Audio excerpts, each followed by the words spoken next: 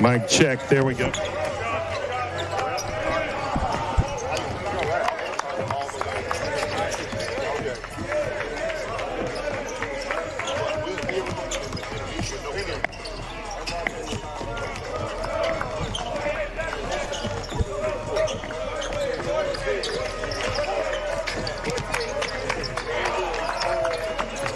Race, right. Yeah, exactly. You just tell me. Okay. No, you driving. So.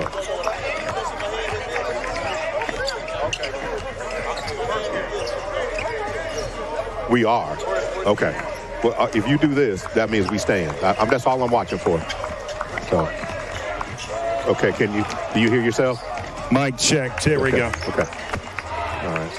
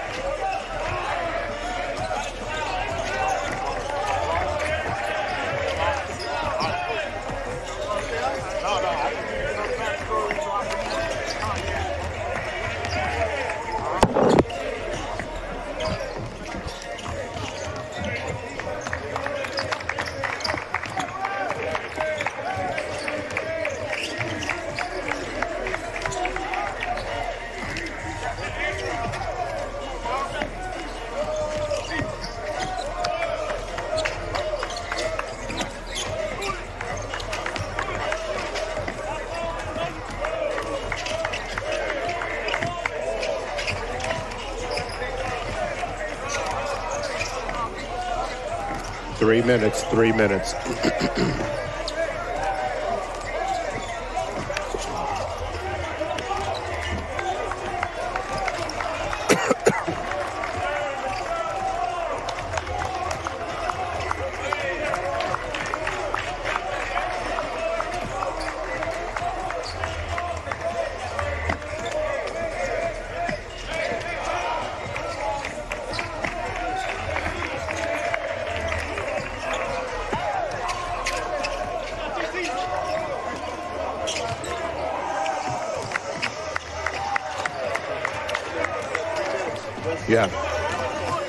Yeah, I text Wes. So 2 minutes, Wick, 2 minutes.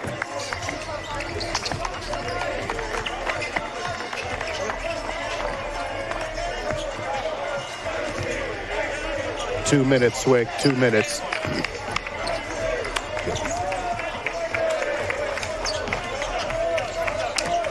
He don't have his, if he does, he doesn't hear us. 2 minutes.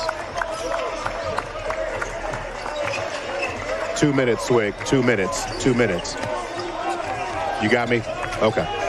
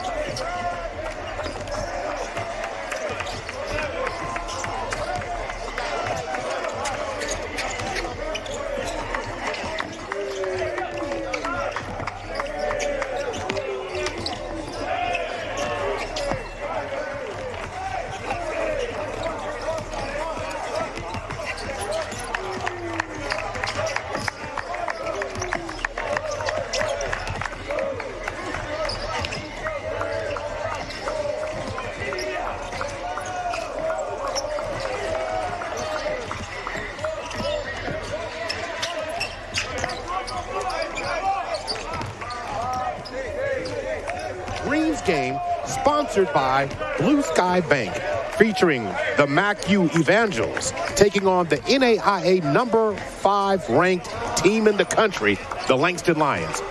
I'm Maurice Prince. I'm also joined here as well, of course, by the one and only Coach in the box.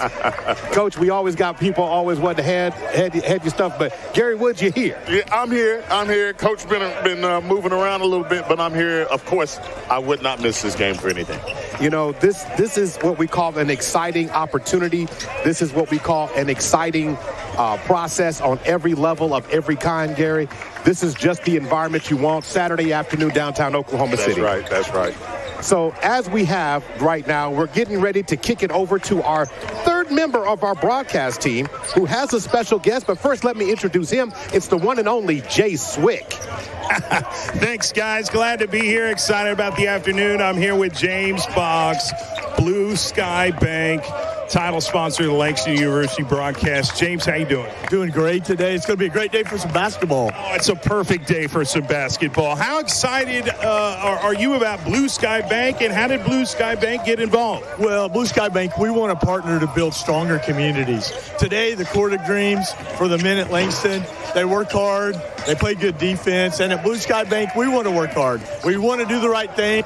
We want to have fun along the way. So just like Coach Wright, he wants these guys to rebound well and have fun. At Blue Sky Bank, we want to take care of people well so we can have fun. Well, we love your attire. You're rocking the LU shirt, and you've got a really great attitude about today's venture. How do you think it's going to play out today? Well, I think both teams are going to play hard, though. I think the Langston guys are going to beat them on the boards, so we're excited to be here. These are great young men, right? I've been around this program for 3 years now with Coach Wright, and what we try to do at Blue Sky Bank is be a partner for them, let them think about life after basketball, financial literacy, think about how they can be better builders of communities, and that's what we're here for. We want to see both teams play hard, no injuries, but we want the Lions to win. There we go. James Boggs, Blue Sky Bank. Thank you, James. Look forward to talk to you again soon. All right, good to be here. Thanks. Back to you guys. Appreciate it, Swick. Maurice Prince, Gary Woods here. Gary, as we start getting ready for this game here, let's just talk about it. The Lions enter today's game, of course, NAIA ranked number 5, 8-1 overall, 4-0 in conference play, riding a 7-game winning streak. Now, they were in action, of course, Thursday night, beating USAO by the score of 78-70. Now, the Lions had to overcome some adversity to get there, but in doing so, they gave head coach Chris Wright his 100th win on the Langston sideline. Yeah, that's pretty awesome. When you look at, I was talking to Coach Wright earlier today. He made the comment, hey, it's a heck of an accomplishment to win 100 games. he actually did it pretty fast here at Langston. I mean, very, very fast. But when you make it to the national tournament 8 years in a row, that means you're doing a lot of things well. And, of course, that's the reason why he's hitting the 100-game win mark. He has over 330 for his career. Right, and you're talking about those years of making national tournament runs, usually winning the conferences or winning the conference tournament in a package like that. It's just been impressive. This team is still not at prime form just yet. Yeah, no, they're not at prime form. They've had some injuries early in the season, of course. Also, too, you got to consider the fact that when you look at this roster, this is pretty much a brand new team. That's, for the most part, Coach Wright's MO. And in this new environment of college basketball, when you have top players, they play extremely well, they don't tend to stick around. They have the opportunity now with the new rules to transfer up, and we've seen that with several players. Bryce Monroe last year, he went up to San Francisco, and then the year before that, we had, Roy. Anthony Roy. Yeah, Anthony Roy. He's now a starter at Oklahoma State University. So in this new environment, you have to always be recruiting. And when we look at this team, guys have transferred out. We have an all-new team. Only one holdover from last year's team. So, again, it takes time for these guys to gel. And let's talk to the head man himself. Swick, you got another guest right over there. Yeah, I've got the man in charge here, Coach Chris Wright, head coach of the Langston University Lions. Coach, what a day it is. Obviously going to be playing on the home court of the Oklahoma City Thunder as part of the Court of Dreams initiative. Pretty cool stuff, right? Man, hey, it's awesome. I think this is going to be a great experience for our guys. It's really building memories that are going to last a lifetime for them. Yeah, talk about the game today. I mean, big matchup against MACU. Your Langston Lions off to a hot start. You've got some returning players coming off of injury. Just talk about the game today. Yeah, MACU is really good. I think, Coach Josh Gamble's one of the best coaches in the country at any level. And so, we have our work cut out for us. It's going to be a good old-fashioned Sooner Athletic Conference game. What do you want to see from your team early? I don't want you to dive too deep in X's and O's and strategery, but if that's a word. But feel free to just kind of, what do you want to see from your team early in this game?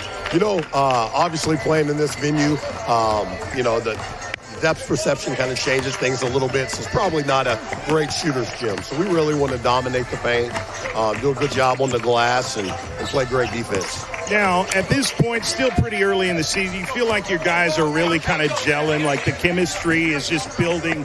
Do you feel like you're headed in the right direction? I like these guys. Again, we're almost a completely new team. Brought back one scholarship player. Our two most talented players really haven't played yet. And so, we get one of those guys back for limited minutes today. Antonio Lewis, that'll help a lot. I really like the upside of this team. Well, we like it as well. We're excited to get this game underway. Good luck tonight, Coach. Appreciate you, Jay Swick. Thank you. All right, Chris Wright, back to you guys. Thank you, Jay Swick. When we start talking about this matchup, Gary, you're talking about these dynamic programs between MACU and Langston University. But let's just point out one thing. In the last 6 games, it's been a margin of 9 points or less. Yeah. And I'm just saying these games usually come down to decisions and key stretches of the game making the right decision. What makes this so special in your opinion? Well, first of all, very, very well-established programs between the two of them. MACU, a lot of respect for what they do, how they recruit, right? They recruit in the same sort of area, of course. They recruit a lot of the same players.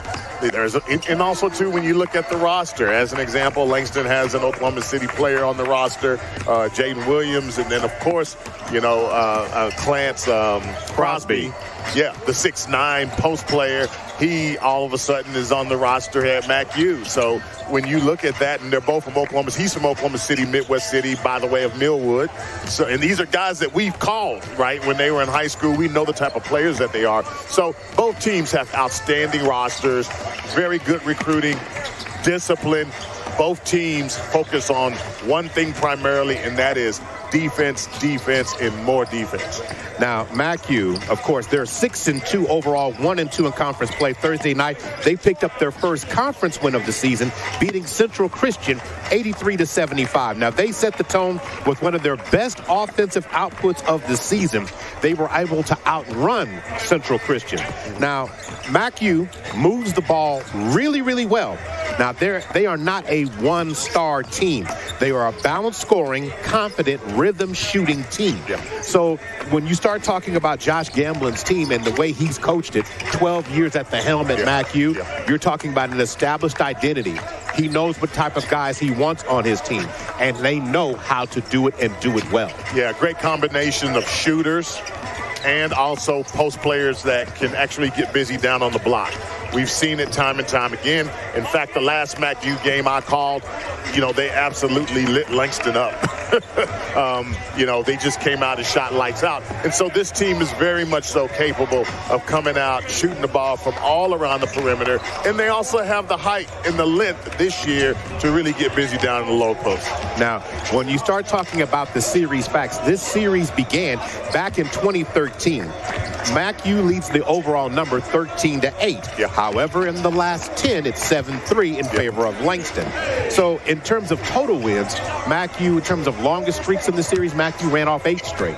Langston ran off 6 straight until that game you're talking about, which was the second biggest loss Langston took last year, which was at the hands of MacU by 21 points, 88-67. You were there for that game. It was absolutely unbelievable. I was calling that game along with you, and let me tell you, they got hot from the outside, and it was just one of those nights where there wasn't anything anyone could do. They were just raining threes from all over. And that's just a testament to the way they recruit at MacU and the type of player that they like to bring in. They love to shoot, they love to guard, they love to defend and score in the low post. And here's the interesting part. It's interesting, since Chris Wright has come, that's when the transition came. When the series first began, MacU ran off 12-1 in the first 12 head-to-head. Now, Langston did lose that first one, but they did get them in the rematch of that home-and-home conference thing. So this is very big. When Langston's already 4-0 in conference, MacU staring down 1-2 in conference. This is a big game in December, Gary. It is. It is a big game. It's a big game early. And also, too, this is one on this court here in Paycom. It brings a lot of energy to it. And so we're really curious as to how this is going to play out. I mean, everyone's going to be playing at this extremely high level of excitement. And then, of course, eventually throughout the game, they're going to have to settle down and get to the fundamentals. No doubt about it.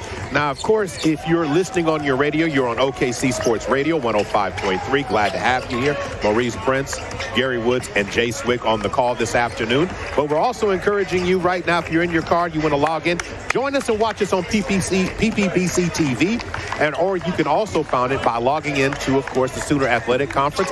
Find the game on the basketball schedule, click, and you're here. We'll bring you right on side, but have an opportunity to play where the NBA champions play. Oh, man. The court just has a different feel. It's a different energy in the building. It does. Again, most of the staff stayed last night because the Thunder ended up winning a late night game last night against the Mavericks. So, I mean, was it 132 to 111 last night? So they were like, here, you guys ready? Because let's get the game going. And then also, too, this is kind of set up, if you look behind us in the backdrop, it's set up kind of in bubble mode, which is pretty awesome, too. So you got the new floor, you got the nice backdrop, of course, open seating here inside of Paycom, so folks are able to get as close as they want to the floor, as high as they want. So this is the place to be today. And great basketball. No doubt about it. And also a reminder that the Oklahoma City Blue will be in action here tonight against the Osceola Magic. So there's going to be a nice festive environment. Then they're going to clear the court, get the stadium cleared out, as there will be another game here played this evening. Want to make sure we thank all our sponsors. Of course, our title sponsor for today's broadcast is Blue Sky Bank, community-focused bank with Blue Sky Bank, a step towards personalized service, community growth, and a brighter financial future. Become a part of a community-focused bank that puts you first, because here, your goals are our priorities. Blue Sky Bank, member FDIC, equal housing lender. Also want to thank our other sponsors for today's game, MJ Bail Bonds, Community Health Centers of Oklahoma, and Guiding Right. And again, we're basically 3 minutes away from tip-off here, Gary. So now it's time to dive into keys to a Langston win. What are your 3 today? And yes, we are live. We're at the Paycom Center. Gary, you better get them right. Yeah, I get to call it. Well, first thing, defense wins basketball games. So first key is that Langston really does need to defend. Number 2. Hold on. Wait. You write it down. I got to bring out the big pen. So they need to defend. They need to defend. That includes things such as denying the ball, forcing turnovers, and also altering shots. They need to challenge every shot, especially McU, because they can rain threes. Number 2, they need to get paint touches. You know, Langston needs to figure out a way to penetrate and get into the paint. Right now, based upon my scouting report of the Langston Lions, we're not quite there in terms of the way we like to shoot the 3 ball. So that means that we got to use athleticism, get into the paint. And then the last thing is that we got to stay out of foul trouble. We need all 10 of our players to be on the floor doing their thing. Why? Because Langston has a team approach to winning basketball games. That's what they've been doing. That's why they're 9-1, and there's no reason for them to change. Now, I agree with you about defense. That is the identity of Chris Wright.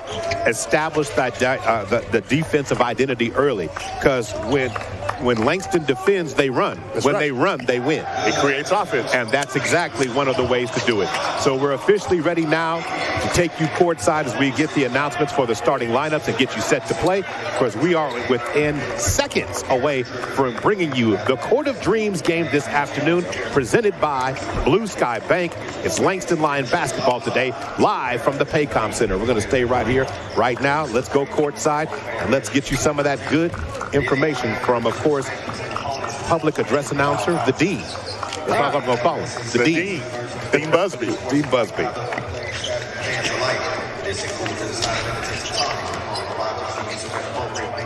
Racial or sexist comments, teaching of such inappropriate actions towards participating players, game staff, and individuals. There is a zero tolerance policy concerning conduct. Those in violation will be asked to leave the competition.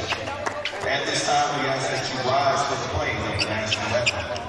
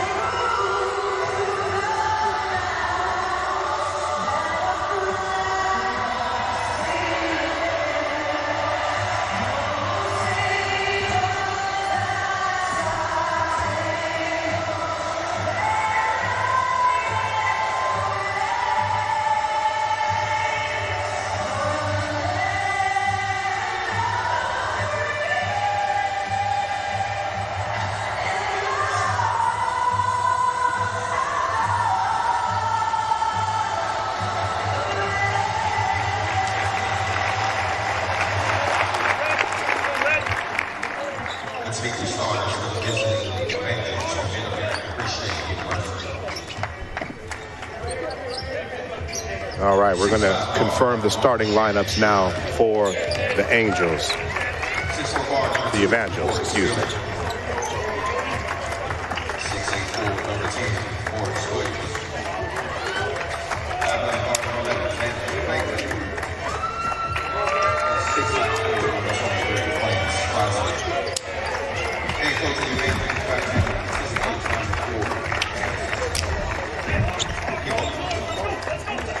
All right, so the starting lineups. Looks like for Mac U will be number 2, Corey Skillman, the senior. Then the junior, Morris Williams. The sophomore, number 11, Xander Baker. And I do believe it's number 23, the senior, Clarence Crosby. Yes, that's right.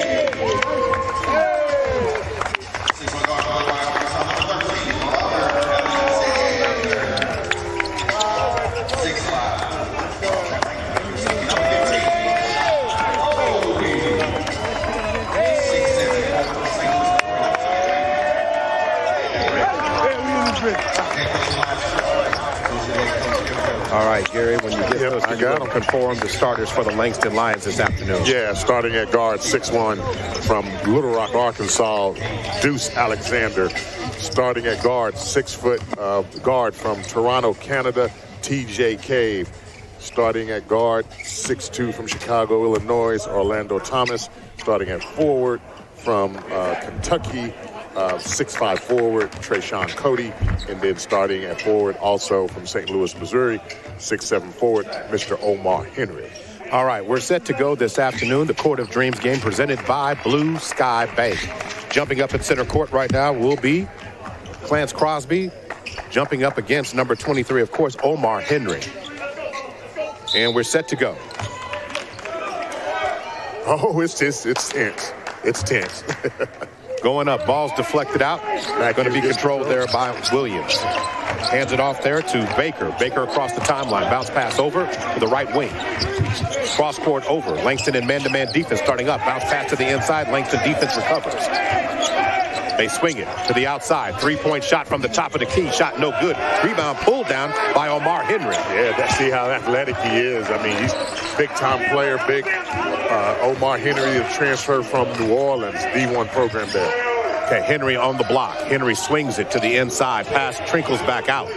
Langston has the ball deflected around, but they're still looking for some space to operate. 10 seconds on the shot clock now. Ball above the circle. Penetration down into the lane. Shot off the hands. Shot no good. Trying to chase it down, and the ball is recovered by Omar Henry. Henry has it, and the Lions offense reset. Chris Wright's telling them to reset the offense up top. Ball in the hands now of Robert Alexander. Tempo's a little high right now. So reset it. Yeah, reset the shot clock here. So 19 seconds back on the shot clock. It will be Langston ball. Going to be thrown in now. See how high by Cody. See how high the anticipation and the intensity is right now. Players are really tense. They just need to settle in. Get some action going. Ball back in the hands. Dribbling around up top by Alexander, who swings it over to Henry. Right wing, three-point shot attempt. Shot is no good. Rebound pulled down by Mac U by Skillman. Langston once again pulls up with the man-to-man defense. Working the ball around the perimeter. Back at the top. Steady dribble on the logo. Coming to the right wing, looking for some space. Langston switches on that defensive matchup, and they switch again. Langston still doing a good job trying to cut down on penetration. Turnover. The ball's going to be stolen. Swung back over. Omar Henry now has it. He's going to bring the ball across the timeline.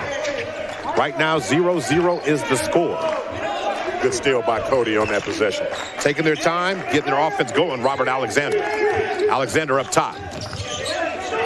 Picked up at the elbow. Omar Henry for three. Short. Front rim shot, no good. Rebound pulled down again by Skillman. Would have liked to see a big man come in a little bit within range. Skillman, they're going to swing it over to the left wing. Step back, three-point shot, and it's true for Corey Skillman, who knocks down the three in the game. And we have our first points of the afternoon belongs to Mac U. So now going back to work. Alexander asking for a screen up top. Gets it. Moves over the top of the screen. Mac U switches on the matchup. Alexander cut off.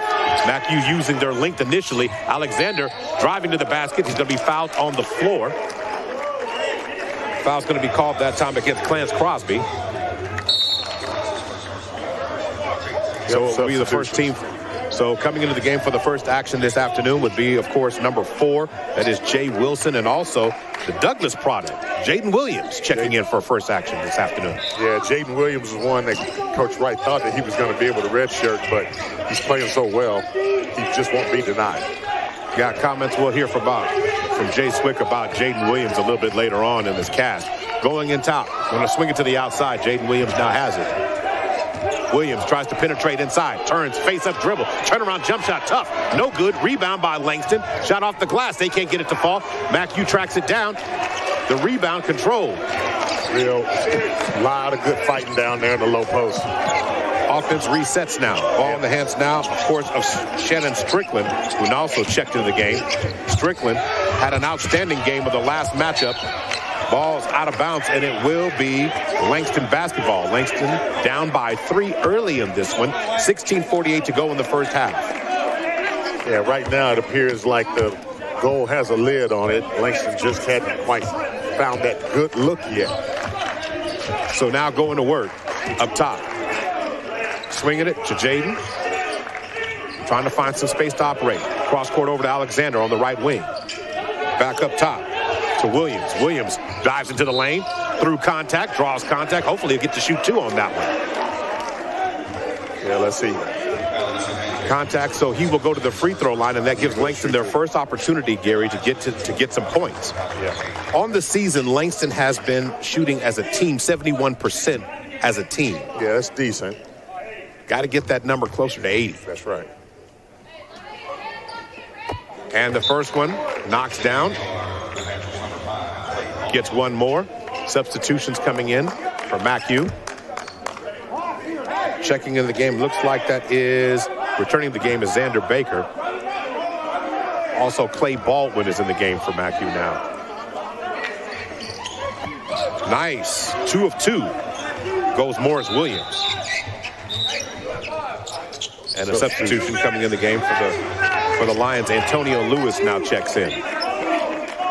It was interesting, Gary, when we were talking about our pregame, our pregame prep getting ready for this game, that Cameron McCoy is one of the only names on the roster that returns from last year. But yet this team is retooled and talented once again. Dribble into the lane, shot inside, draws contact. We'll go to the free throw line. That's going to send Clarence Crosby to the line, shooting 2. Yeah, Jaden Williams got caught under the basket and helped defense, and he was able to kind of fall for the up and under, kind of extended his hands forward. You always want to keep your hands straight up, and that way you can at least challenge the shot without committing the foul.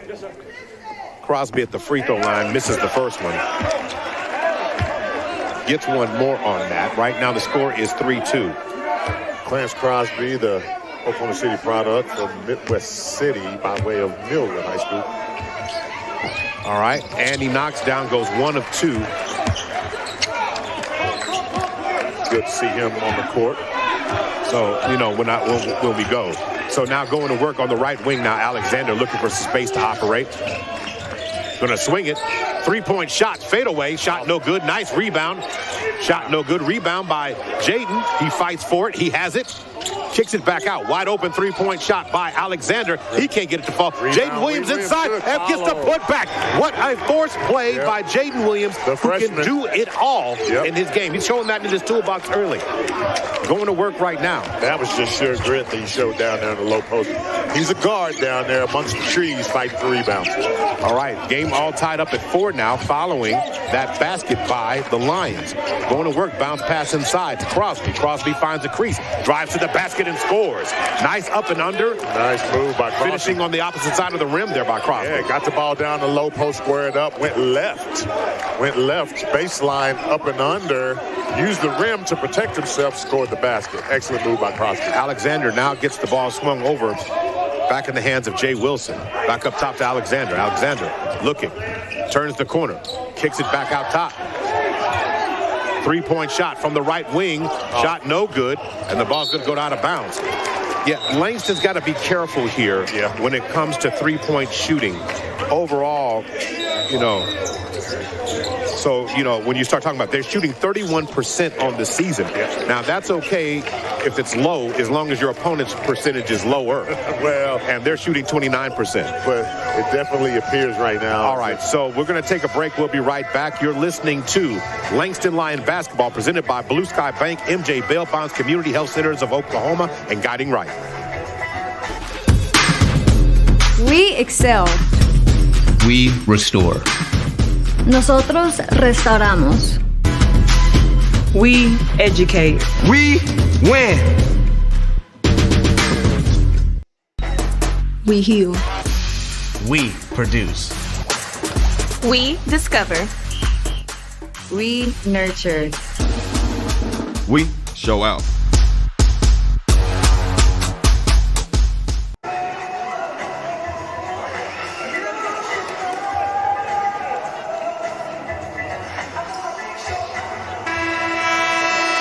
Welcome back to the Court of Dreams Saturday afternoon. Langston Lion basketball live from the Paycom Center.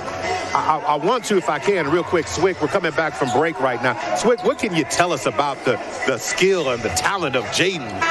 Well, the best thing about Jaden Williams is his work ethic and his love for the game. He is a relentless gym rat. He's a preparing son of a gun. I mean, he just loves the game and he studies it intensely. He plays it hard. You saw the rebound and the putback. That's just kind of what he is in a nutshell. Yeah, I would agree with that. That was definitely a heads-up play by him. Going back to work now. MacU has the ball. 14:45 to go in the first half of this one. Score right now 6-4. MacU up by 2. Langston trying to work over the top of the screens, which I absolutely love. Bounce pass to the corner is going to be stolen there. Ball in the hands now, stolen by Jay Wilson on the play. Excuse me, Antonio Lewis. Antonio Lewis goes to the basket the other way, and he's going to have blocked. Trying to penetrate, drive inside, and get this kiss off the glass, Gary. But again, taking those opportunities to try to get the offense going before MacU can get set in their offense. Back to work now. Inbound play up top. Orlando Thomas. Thomas, team's leading scorer for Langston. Turns around and fires in the lane. Shot no good. And it's going to be a jump ball situation. Yep, that's what they call. Langston's got to find a way to get those easy baskets to fall in this one. Yeah. I mean, right now it appears as if Langston's either shooting a 3-ball or they're going all the way to the rim. And, you know, somewhere in between there's something called a mid-range. You know, that's where you can get to a spot, pull up and pop. That's exactly what's available right now. And so Langston just kind of has to work that out. 19 seconds now on the shot clock now. Again, score 6-4 right now. MacU up by 2. Up top on the left wing. Langston. Looks like MacU switched to a zone now. Going to work up top. Orlando Thomas, handoff. Inside goes Lewis, who kicks it to Cody. Loses it. And Cody lost it in the lane, but drew contact. Yeah. Looks like he's going to go to the free throw line. Yeah, great athletic move in the lane by Cody. With the left hand, 1-2, goes up. He just so happens to lose it because of the reaching foul. That was called. So Cody at the free throw line right now. He's got to keep the good thing going. As it stands right now, Langston has knocked down both their free throws to start off this game. And I've got the broadcaster jinx. Yeah, I almost gave you the elbow and was like, hey, this is his first set of free throws. Listen. All right, let's see if he goes 1 for 2 now. Misses both of them. Missed both of them, but another put back. Omar picks up the loose change and scores. Omar Henry on that one, and Langston has tied it up again at 6. Across the timeline, both teams are getting after it on the defensive side of the ball. But getting those easy baskets in the paint is something the Lions really want to capitalize on today. Ball on the right wing, bounce pass to the corner. Stolen. Nice job on that by Treshawn Cody. Yep, Cody did a good job of getting that right hand in and picking that ball away. And TJ now has it up top, now gives it over. Short. Front rim. Lions have got to find a way to knock those down. Cody misses the 3, rebound MacU. Ball across the timeline goes Baldwin. Baldwin goes baseline, throws it to the corner, and it looks like they're going to call catch Cody on a foul. So it's going to be a blocking foul against Cody. So that is team foul number 3, I do believe. Yeah, Langston needs to watch those fouls for sure. Robert Alexander returns to the game. And also Jaden Williams. So Jaden Williams back in the game right now. That's the way you protect your players, right? A 10-man rotation. You can try to protect the guy from picking up too many fouls early. Going to inbound the ball from the baseline. Trying to throw it in. Langston doing a good job of preventing the inbound pass, but it finally is there in the corner. Ball in the hands now, Morris Williams. Williams being guarded by Omar or Henry. Driving baseline goes Crosby. Crosby tries to finish with the reverse with the left hand that time. Tried to bring it down and go up under and rock the cradle, go up to the left side, but was not able to get the shot to fall. But he's at the free throw line where he's 1 of 2 so far. Well, first of all, he's 6'9". He's long as all get out. He wants that ball mowed down on the low post every single time. He wants to be on that left-hand side. He wants to get in the block. As Cameron comes into the game, that's going to be the answer to defending against Clarence Crosby. He wants to get the ball baseline. He loves baseline. That's where he makes his bread and butter. All right, so now we have, of course, in this case, Cameron McCoy checking into the game for the Lions right now. And he goes 1 of 2 at the line. Swick, you were near the MACU bench during that last timeout. What was their energy like over there during that last timeout? Well, they seem pretty diligent. I know they're getting they're turning the basketball over, but they're just focusing on task at hand. I think Gary was right. I think energy is just really high. Everybody needs to settle down. Yeah, travel. And they're going to call travel against Omar Henry in the lane that time. He was feeling his Elijah wine. It was just a little bit too much Elijah and not enough Lawan. Well, and you see how they responded. They finally got a turnover. The MACU bench got really excited on that one. Going to work now. Ball on the left wing. Good defense again by Langston playing man-to-man. Was going to catch him with the arm bar at that time.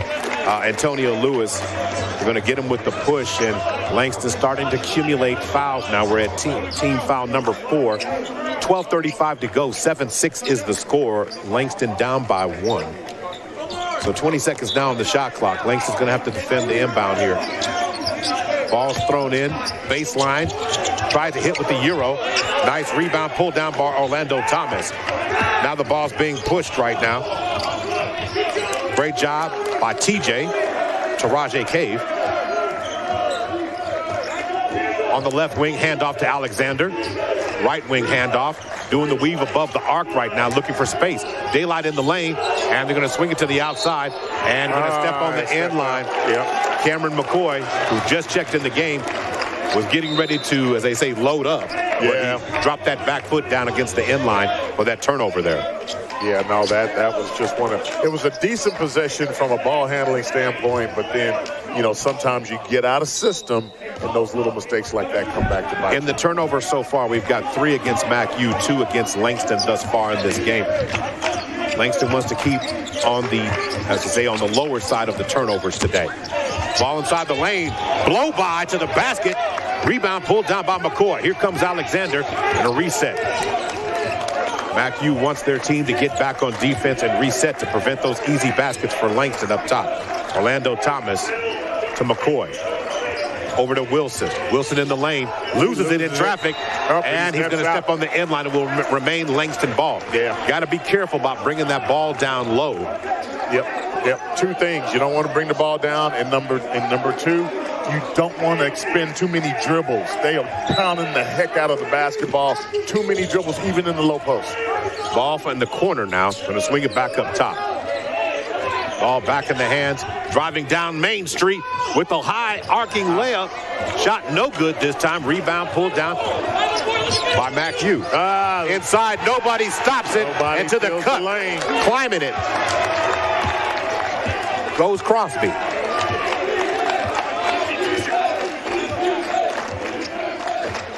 Alexander up top. Going to swing it over to the left wing. Up fake. And draws contact right time. A cheap foul, that one. There by Demetrius Shakur on that one. So, Gary, again, you got to hurry back. Everybody's got to find your man and get back under the paint to prevent those situations from happening. They cannot give easy transition baskets. Yeah, what happened on that situation, though, there was a foul down here on the Langston end of the court. And then when that transition happened, guys couldn't get back because Coach Wright thought they were fouled. He's very upset about it. Going to work up top. Working the ball above the circle. Nice basketball handles into the lane. Shot doesn't fall. But the tip in is good. Close to a goaltend. Man. But Jay Wilson will get credit for the basket there. Yeah, that was actually an excellent athletic play. But it could have gone another way if they would have been calling the goaltending. Lions close the lead down within 1. Ball on the above the circle at the top of the key. And this time going to call traveling up top against Crosby. It will be Langston ball and a chance to either tie or take the lead on this next possession here. Substitutions as, again, Jaden Williams is rechecked back in the game, as well as it looks like Trayshawn Cody is back as well. So we've got Cody, Thomas, Wilson on the floor as well, and Williams on the floor. So across the timeline now goes TJ. TJ at the left wing. Tries to get the ball inside, passes to the corner. Nice retrieval there by Orlando Thomas. Thomas is bumped, and it's going to be a jump ball situation. And it looks like it's going to be Mac-U ball, but not to the like of Chris Wright, who is extremely upset about that call. Yeah, because he was bumped, fell down, and again, they are letting him play right now. Yeah, right now, Langston has a small lineup on the floor. He's got 4 guards and 1 forward there. Going to work right now. Ball up top. Ball near half court. Right wing. Stop, pop, shot, and it falls. Nice jump shot there by Shannon Strickland. Shannon Strickland is what you would call one of the best scorers for Mac-U. He's averaging 13.8 points per game. Ball across the timeline now. Langston needs a bucket, an easy offensive set. Langston's had to work hard for everything, and they're down by 3 in this contest. Ball above the circle now. Down Main Street. Trying to finish with the left hand and a nice kiss off the glass by Orlando Thomas. Went down the left side with the left hand. Kisses off the glass. Beautiful shot there. Right wing, hand off. Still trying to cover.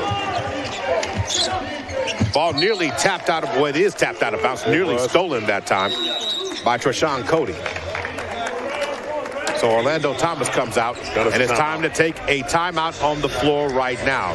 Today's game brought to you by Blue Sky Bank, MJ Bail Bonds, Community Health Centers of Oklahoma, and Guiding Right.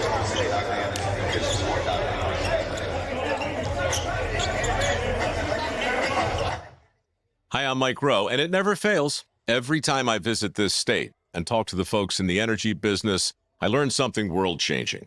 The technology here is bleeding edge, and so is the focus on the environment. As for the people, they're among the smartest, most innovative, most talented workers I've ever had the pleasure of meeting anywhere. They're busy keeping our modern life going. Not a bad career choice, if you ask me. See their stories at oerb.com/micro.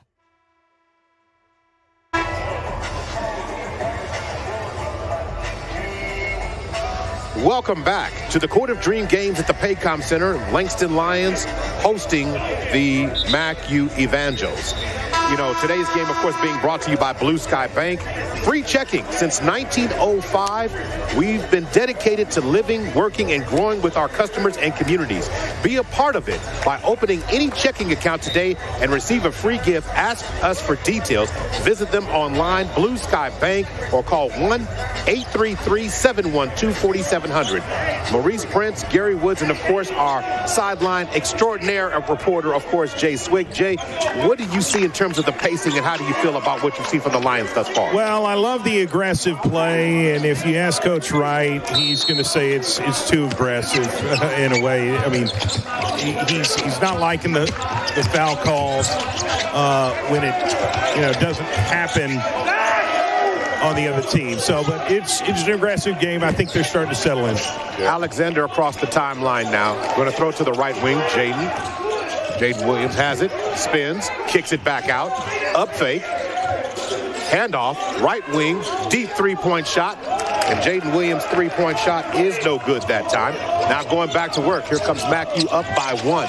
Ball in the corner, three-point shot, and knock it down as Shannon Strickland starting to heat up now. And they're going to have to identify him. He now has knocked down his first 3. He's got 5 points in the game. Crosby is the leading scorer so far for Mac-U with 6. And that was actually a good shot. It was contested by Jaden Williams. who went out and extended, but Strickland, he just rose up above it. Inside, and they're going to catch him.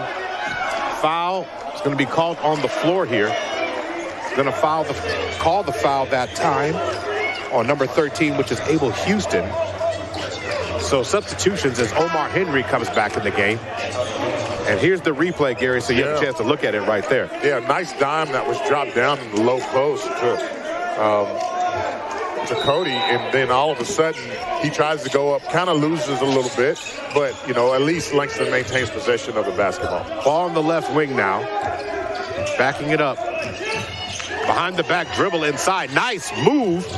Does he get it to fall? Beautiful. Antonio Lewis is Houdini on that one. Yeah, Lewis did an outstanding job of penetrating. Drop step down in the paint, elevate, kissing it off the glass. Langston down by 2 now. Ball up top.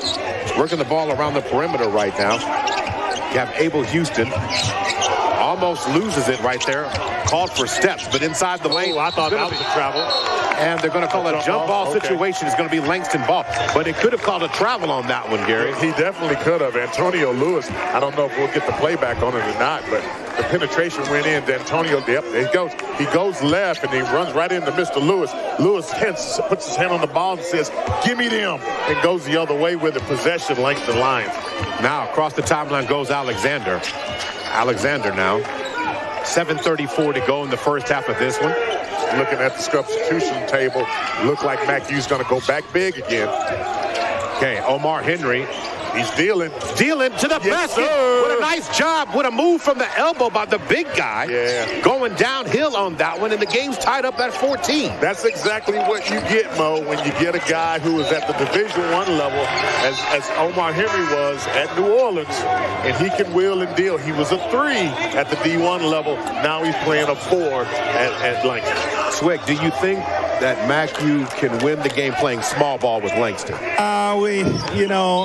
It's tough to say at this point. I like what Omar Henry's doing, and I like what Antonio Lewis is doing. I think they need to touch the ball more. Going down, almost getting the steal there, Alexander, and they're going to say he stepped on the end line. Great ball pressure. Great ball pressure there. Excellent job by Robert Alexander doing his thing, Gary, to get the energy going and extending that defense. Yeah, as you see there, what happened was that McHugh tried to force a switch, and Langston did a good job of picking it up. Alexander did an excellent job of fronting the man, denying the pass. Can Omar Henry get the Lions back on top? And they're going to call him for steps. Travel, yeah. This isn't the NBA. Even though we're playing in an NBA arena, they won't let you drag your feet like that. I'm sorry. No Kendrick Perkins allowed.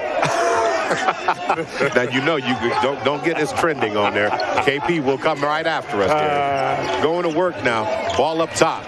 Lions need a stop here. Hold them and another chance to take the lead. Pull up by Strickland. Strickland's shot is no good. Rebound Lions. Rebound by Alexander. 6:31 to go. Man, it's a beautiful thing to see guards rebound. Alexander across the timeline now. 20 seconds on the shot clock. Plenty of time. Can the Lions get an easy shot off this time? Let's see. A nice paint touch would be nice. Ball in the hands. Yeah. A weave right there just shy of midcourt. Alexander has it, looking for a crease. Looking to go one-on-one, and he drives it. Kicks to the outside. Three-point shot from the corner. Short. No go. Rebound by Omar Henry. Omar Henry. Henry inside. This time steps inside, and they're going to say contact, but no basket on that one. Well, he stepped on the defender's foot, so it's a good no call. Driving in the lane, shot no. Shot does fall that time. Looks like, could not tell if that was Crosby or not, or was that Strickland? No, that was Strickland. Now he has 8 points in the first half of this one. Across the timeline goes Alexander. Lions down by 2. 5:31 to go. Ball back in the hands now of Lewis. Several Lions with a bucket. Omar Henry has 4. Fadeaway shot, contested shot. Now back to work goes McHugh. Screen up top. That should be an offensive foul. That was. So it will be Lions ball, a chance to tie or take the lead. It's a one-possession game right now. Substitutions coming in, Gary. Yeah, that's something that has to happen here. And again, you got to be set. Yeah. So they're going to catch Crosby with that one. Yeah, Crosby was late getting to the high screen, and in addition to that, you know, you're supposed to be well in position, at least a one count. He just didn't get there in time. All right, going to work right now. Alexander now has it. 5:06 to go. Lions down by 2. Ball on the left wing. Steady dribble above the circle. Pass to the left wing. Jaden now gets it over to Thomas. Up fake by Wilson. Driving to the lane with the runner. And that shot was tipped away. That was a good look by McCoy. Yeah, McCoy had a chance to get it, but his own teammate kind of tipped it away from him on that one. Back to work. Langston defense got to bring your hard hat and lunch pail today. Go inside the lane. Tries to finish with the left hand, and they're going to get contact. Yeah. That time by Jay Wilson, catching him with the body on that one. Yeah, they called Jay, but, you know, that foul was actually called after the miss. I saw that when that ball went up, as you can see the replay here, right, it just wasn't going to make it anyway. He wasn't going to hit that shot. So, you know, back to work here. So do we have a timeout on the timeout right now? So we'll take this timeout. You're listening to Langston Lion Basketball, brought to you by Blue Sky Bank, MJ Bail Bonds, Community Health Centers of Oklahoma, and Guiding Right. We excel. We restore. Nosotros restauramos. We educate. We win. We heal. We produce. We discover. We nurture. We show out.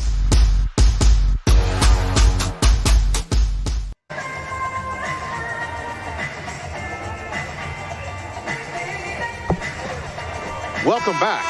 Langston Lion Basketball. Lions find themselves down by 2. Maurice Prince, Gary Woods, and, of course, Jay Swick on the call for you this afternoon. Coming up right before halftime, we'll hear from, of course, MACU coach Josh Gamblin. Swick will talk to him right before going into halftime. Right. But, Gary, as we get set here, back to action, when MACU goes back big, it neutralizes the Lions' ability so far in this game to get consistent points in the inside. Yeah, it does. But the one thing I did notice, and as we looked at the highlight where Omar Henry did an excellent job of putting the ball on the ground and dealing a little bit, when we pull the post players out of the paint, extend the offense a little bit, it does increase an opportunity for the bigs, for Langston, to kind of wheel and deal a little bit. You know, Swig, when we start talking about the play of MACU's, when you start talking about Shannon Strickland for them, has had a dynamic first half in this game. He's got 8 points in the contest, and he seems to be able to create off the dribble. The Lions defense is going to have to find a way to cut him off before to keep him from getting easy baskets at the goal. I think they're doing a decent job at that right now. I mean, he's an athletic player, so he's going to get his looks, his shots. But I think you just got to keep defending him the way that they're defending him right now. Back to work now. Bounce pass inside to Omar to Orlando Thomas. Thomas is going to lose the handle of it. It's going to be a steal by MACU in the turnover game right now. Starting to shift more. And they're going to call it. Did they call the basket good on that one? Yeah, Jay Wilson actually. He's down. Wait a minute. That's a 50-50 call to me, guys. They call a blocking. They call the blocking call. And again, you have to be set at least a 1 count. And I don't necessarily know if Jay Wilson was able to get there, but they call the blocking foul. It's going to be shooting 2 for MACU. So MACU up by 3 right now, and it's going to be critical now that the Lions have to pay attention. 16 fouls against both teams. But the other part about it is definitely with the turnovers. Six turnovers thus far for MACU, 4 for Langston. But whenever Langston turns the ball over, MACU's coming away with points, Gary. Yeah, well, that's exactly what it's supposed to happen. Exactly, isn't it? Yeah. So the lead is up by 4 now. It's up to 4 this afternoon as that shot goes down by Morris Williams. But this is a very defensive intense game, as we can tell by the foul count and also the low scoring. 18-14. make that 19-14. You're talking about in terms of leads in this game so far. Langston has yet to lead in this contest. They've been trailing the whole time. Can they put some distance between themselves and get back in this game, get a couple of easy baskets, and that turnover on the left wing there. Jaden Williams lost to the handle on the side there. So the turnovers becoming an issue now for the Lions as they've now made their 5th turnover in the first half. Yeah, Jaden Williams goes left, and then he just so happens to lose the handle. He really didn't get a ton of pressure there. He just kind of lost it when he was trying to switch. Goes out of bounds. Okay, the Lions up top. And again, into the lane, should be calling for traveling there. They did.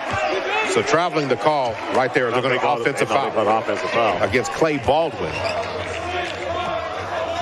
Yep, replay goes back. So again, it's that clearance and the extending of the elbow on that replay there. Yep, it definitely was. Across the timeline now goes TJ, handoff to Williams that hands it back off to TJ. TJ standing at half court, looking for a screen, gets through one. Ball back in the hands of Orlando Thomas. Thomas driving down, trying to finish with the left hand and count the basket for Thomas. Hits him with the sauce, goes left, goes right, then finishes with the left. Yeah, beautiful play by Orlando Thomas. He goes right, crosses, goes left with the 2-step, fade off the glass with the kiss. That's the way you want to do it, man. The Lions need more of that, Gary. Yeah. So see if he can complete the 3-point play. But again, notice as he shoots his free throw, that only happens when the offense extends a little bit. Get the bigs out the paint off the block so that the guys can penetrate and go to work. All right, so you now have Orlando Thomas completing the 3-point play, pulling the Lions back within 2 with 3:14 to go in the first half. Steady dribble on the left wing. Oh, going to throw it away that time, throwing it out of bounds into the front row. Clay Baldwin. Yep, good defensive pressure by the Lions. Lions have a chance to tie, possibly take the lead. The Lions have yet today, when you start talking about 3-point baskets, they are 0 for 7 from 3 right now. Yeah, what does that mean? That means that they need to chill out on that, really focus on paint touches, getting that ball in the right place. Inside, kick out. In the midi. In the lane, trying to finish with the up. Tashawn Cody shot is no good. Rebound, kick it to the corner. 3-point shot. Rebound, Omar Henry. By Omar. Big board by Omar Henry that time. Big board. So athletic. So back to work now. Ball in the hands now of Antonio Lewis. Lewis says, get the screen. Henry tries to get the screen and roll. Ball's knocked loose. Langston gets possession. And then into the lane, kick to the outside, up and under. Orlando Thomas to the basket again, and he finishes. I like the idea, Gary. He thought about the 3, put it on the deck, drove to the basket, and got one. Yep. All tied up at 19 now, 2:08 to go. Lion defense making provisions for the offense. Lions back in man-to-man defense up top the key. Kick to the outside. They just need to be careful on the 7 seconds on the shot clock. Tries to finish at the rim. Shot no good. Rebound by Orlando Thomas. Here comes Antonio Lewis and the Lions. Ball back in the hands of TJ. Yep, TJ's pulling it out now. And coach wants to play the half-court game here. It's worked. Just about 90 seconds to go. Yep. So now, driving inside. Kiss off the glass, drawing contact, going back to the free throw line. Nice job by, of course, Taraji Cave. TJ, as they like to call him. But going to the free throw line with an opportunity to give the Lions their first lead of the day. Yep, as you look at the play call, and of course, I don't think the screen brings us back to the set, right? At the set, notice that coach stopped the ball at the half court. He settled in. He said, hey, bring the big out. Bring the big towards the half court. What is that doing? That's bringing that rim defender away, right? So that the guards can go to work and penetrate. TJ, good job. So when we start talking about that, TJ missed the front end of his 2. See if he can get that second one to fall. The Lions still looking for their first lead. They'd love to have it right now. And the Lions have it. Their first lead of the afternoon. Wow. At 20-19. Now, can they unpack the defense a little bit more? They got to be careful on the switches, Mo. That's the big thing. They call a foul. So they're going to call a foul. And again, TJ trying to draw that contact. Yep. Took it in the chest. Trying to draw the offensive foul. No call. But he did pop up. But it put him at a disadvantage because the smart, heady play there obviously by Shakur, who obviously said, I'm going to drive down and I'm going to get that easy basket because he recognized what was going on. And that was great recognition by Mac U. And looking at Shakur, he passed the ball. Of course, when they noticed that they didn't get, the charging call, he was like, hey, let's run this give and go, right? They ran it out of the high post, which is exactly what you're supposed to do. Went in. However, he was able to, Langston's defense was able to rotate and kind of defend the rim a little bit. But now he's at the line shooting two. And he knocks down both free throws. Both of them. And the Lions find themselves down by 1 with 1:14 to go before the end of the first half. Alexander across the timeline swings it over to Antonio Lewis. Coach Wright changes the offensive call. Orlando Thomas, who has 7 first-half points. Driving inside, drop down with a nice pass. But going to the free throw line, looks like on that one will be Treshawn Cody. But a nice pass by Alexander, dropping it down low to the cutter with a chance to almost finish at the rim. Yeah, no, actually, too, when you look at the replay, when he goes into the paint and he elevates, honestly, he could have just shot the ball right there. He chose to drop the dime to see if it was there. And, of course, it worked out for the Lions. But some of that mid-range action is there, Mo, and I'd love to see the Lions get a little bit more proficient at it. I understand that. So, Gary, as we're talking about it, we missed another free throw. And you know my line, free throws are only free if you make them. If not, they cost you. Right. And so right now the Lions are hurting themselves. Getting 1 of 2 at the free throw line. So you're talking about right around 50% is what the Lions are shooting in free throw line in this game. In a game like this, we're all tied up at 21 right now. It's just you don't want to put yourself in that position if you can avoid it. Across the timeline now. Lions extend, picking up man-to-man at the top. Screen. Good switch up top. They're trying to force a switch again. Ball on the right wing. Trying to drive inside. 10 seconds on the shot clock. Shot from the corner. Three-point shot is no good. Rebound by McCoy. Yeah, good shot rebound. clock is turned off. Yep. Last possession here. Lions are playing for 1. All tied up at 21. Can the Lions finish the first half with the lead in this one? So now going to work. Antonio Lewis just standing there just inside half court. 10 seconds on the shot on the game clock. Yeah. 8, 7. Going to work goes Lewis. Lewis pulls up for 3, and he knocks it down. The Lions' first 3-point shot of the afternoon, and it comes as time expires in the first half. Antonio Lewis was golden. Beautiful shot by Lewis. He comes in, recognizes that, hey, you know what? These guys are going to stay in this matchup zone. So what I'm going to do, I'm just going to pull it. Let's go to Josh Swick, who's got a special guest, Josh Gamblin, with him. Yeah, it's Jay Swick, by the way, Bo. Josh Gamblin here, head coach Mac U. Reaction after the first half. Well, it's a defensive battle. Chris's groups are always really, really tough. I thought they really got after us on the boards early on. Overall, our defense is okay. Their pressure is taking us out of our stuff, and then we played, with an odd lineup there the last couple minutes, and I didn't think we were very good in that. So we got to get better offensively, and we got to hold our water defensively a little bit. Well, do you like the pace of the game? I really think it's a highly intense, defensive, low-scoring first half. Do you like the direction that your team is going? Yeah, and we got to be opportunistic in transition, but we don't want to play early down there and then they make us guard for 25 seconds every possession. I think that can work against us, so we have to be a little bit more disciplined offensively. And listen, give them credit. They're an elite defensive team and they do that to a lot of people. But I think if we share it a bit more and our bodies move, I think we'll have a little bit better of a shot quality in the second half. Talk to me about Shannon Strickland. I just think he's a force on your team. How much do you lean on him?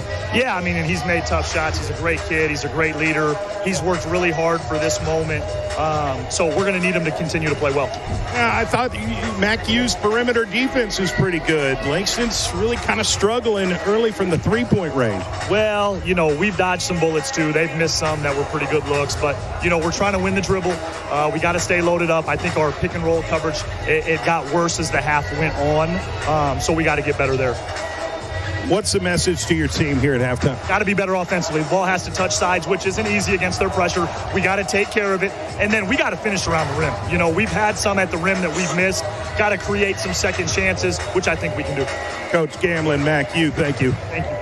Back to you guys. Appreciate it, Jay Swick. Yes, I do have to know what your name is, sir. We'll appreciate that. Hey, we're going to take our time out here. We'll be back and break down the first half of what we saw in this game. Today's game is being presented by Blue Sky Bank, MJ Bail Bonds, Community Health Centers of Oklahoma, and Guiding Right. We'll be right back.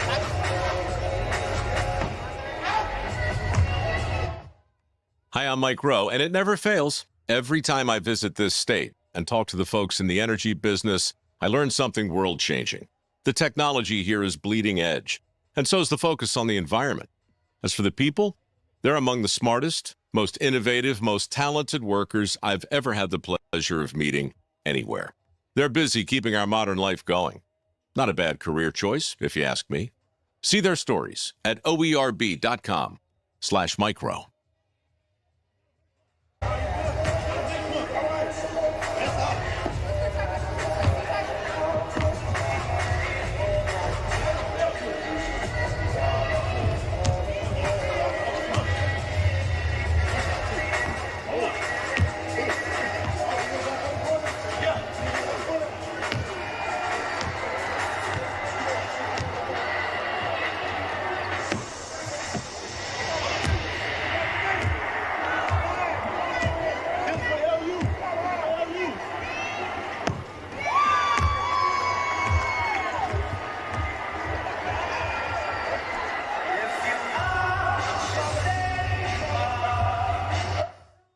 Hi, I'm Mike Rowe, and it never fails. Every time I visit this state and talk to the folks in the energy business, I learn something world-changing.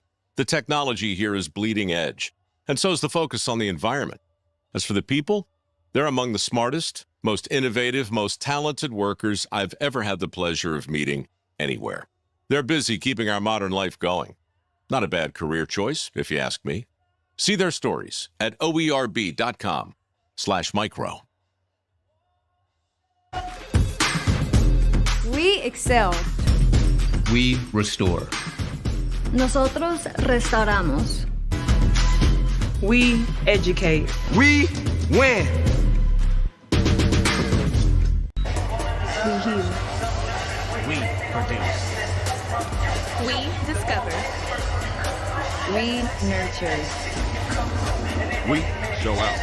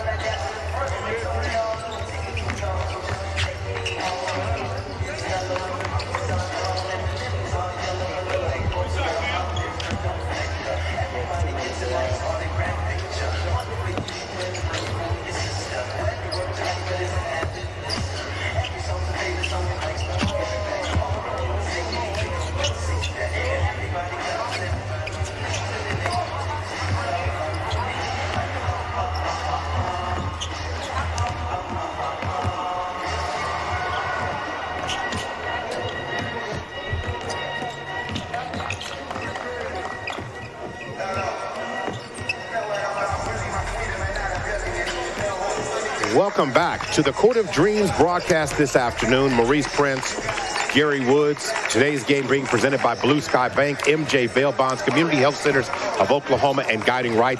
Let's go courtside. Jay Swick is standing by with Coach Chris Wright. Coach Wright, I mean, you got the lead there at the end, big-time three-pointer. What's your reaction after the first half? You know, I thought we settled, man, for some deep threes early. You know, obviously playing on an NBA floor, the lines mess with you a little bit, but I thought they really capitalized off that. And then I thought as the game went on, we settled down a little bit more. And, hey, this is kind of the game I expected, a rock fight. You know, they're a really well-coached team. We knew it was going to be a physical kind of game of attrition. What was the message to your team at halftime? Hey, I thought we did a great job. I mean, doubled them up on the glass, had 10 offensive rebounds. And so, you know, I think that's a place that we can really take advantage of in the second half. And if we want to win this game, I think we need to do that. Yeah, what are some other adjustments and just some things that you learned about the first half that you want to change in the second? You know, again, I think not settling. You know, we have 16 points in the paint. You know, I think we're 1 for 8 from 3 right now. And, you know, there was a stretch in the first half where it was just a lid over the rim. And I think if we can keep getting paint touches, you know, we have a chance to, you know, kind of hopefully get away from them a little bit here. Omar Henry is somebody that's really stood out to me, Coach. I mean, his effort is through the roof. He's a playmaker on both ends of the floor. Is he somebody that you're really going to lean on here in the second half? Yeah, no doubt. I mean, he's kind of an emotional leader for us. He's a great person. But, man, I love the passion that he plays with. He's really, really good when he gets, you know, the ball inside 15 feet. And so we need him to have a big half. Now, defensively, I thought you guys really did a great job creating turnovers. But could you improve on that in terms of scoring when you do get the turnover? Man, it would sure make life a lot easier. Right, you know, we talk about, we're really big in our program that the toughest team always wins. And, you know, obviously I would have loved to have a little bit more than 24 points. But if we can defend and rebound like that again for a half, I think we put ourselves in a good spot. Head coach Chris Wright, thank you very much. All right. So thank you, Jay Swick, for that great interview. Gary, you were talking about the statistics. One of the best statistics, Chris Wright actually pointed it out there. You're talking about, you know, basically 20 to 10 in rebounds, and you're getting almost 10 offensive boards to them overall. That's how the Lions have been able to stay in the game and mount this to a high level, but it's only a 3-point advantage. Well, it tells two stories. The first thing is that, okay, you're doubling them up, like you said. You're able to get the rebounding over and above them, but you're only up by 3 points. So what does that mean? That means offensively, you're not being very efficient to where you almost have to try to double it. Usually, if you're efficient and you're rebounding hard like that, then you're talking about a bigger gap, your bigger lead, right?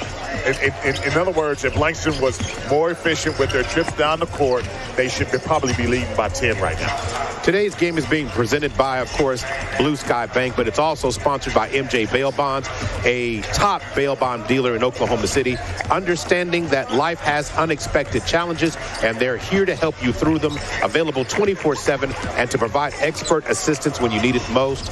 Let Marlon James and his staff take care of your loved one.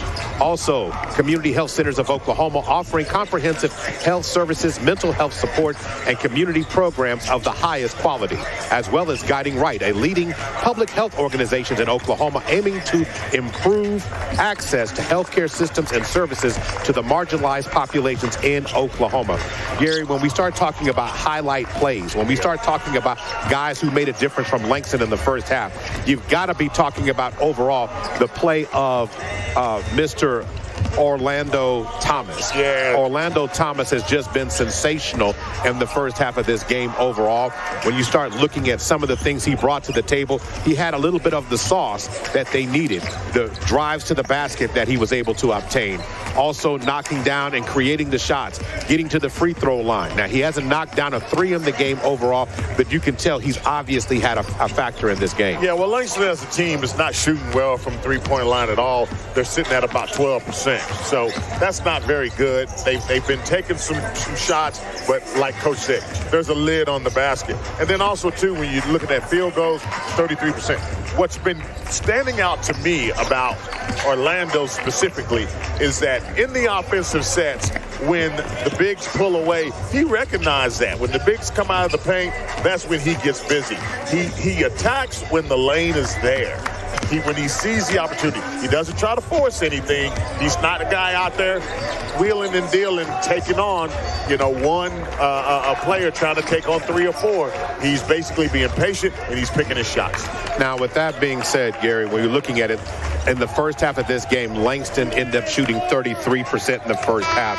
Then you have on the other side, in terms of MACU, they're only shooting 37%. Yep. So what definitely will tell teams is that you can still win games or stay in games if you rebound well against your opponent. Yep. The other side about it is, as the Lions had to stay away from the three-point shooting, going 1 of 8 in the first half of this game. And the other part of that is, the only reason why MACU even is still close in this game is because they went 2 of 5, and that's not much better. Well, but then the other thing that you're missing right here is free throws. Look at the free throw stat line. MACU shot 7 of 10. Langston 5 of 9 for 55%. That also makes a difference in terms of why is it that you're only leading by 3? Well, there's not a lot of efficiency. Get better with free throws, minimize the turnovers.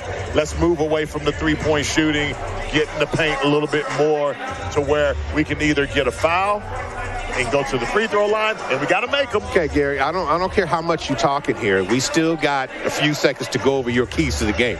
You said defense. Yeah. So defense, that's defense is okay. That's right. That's fine.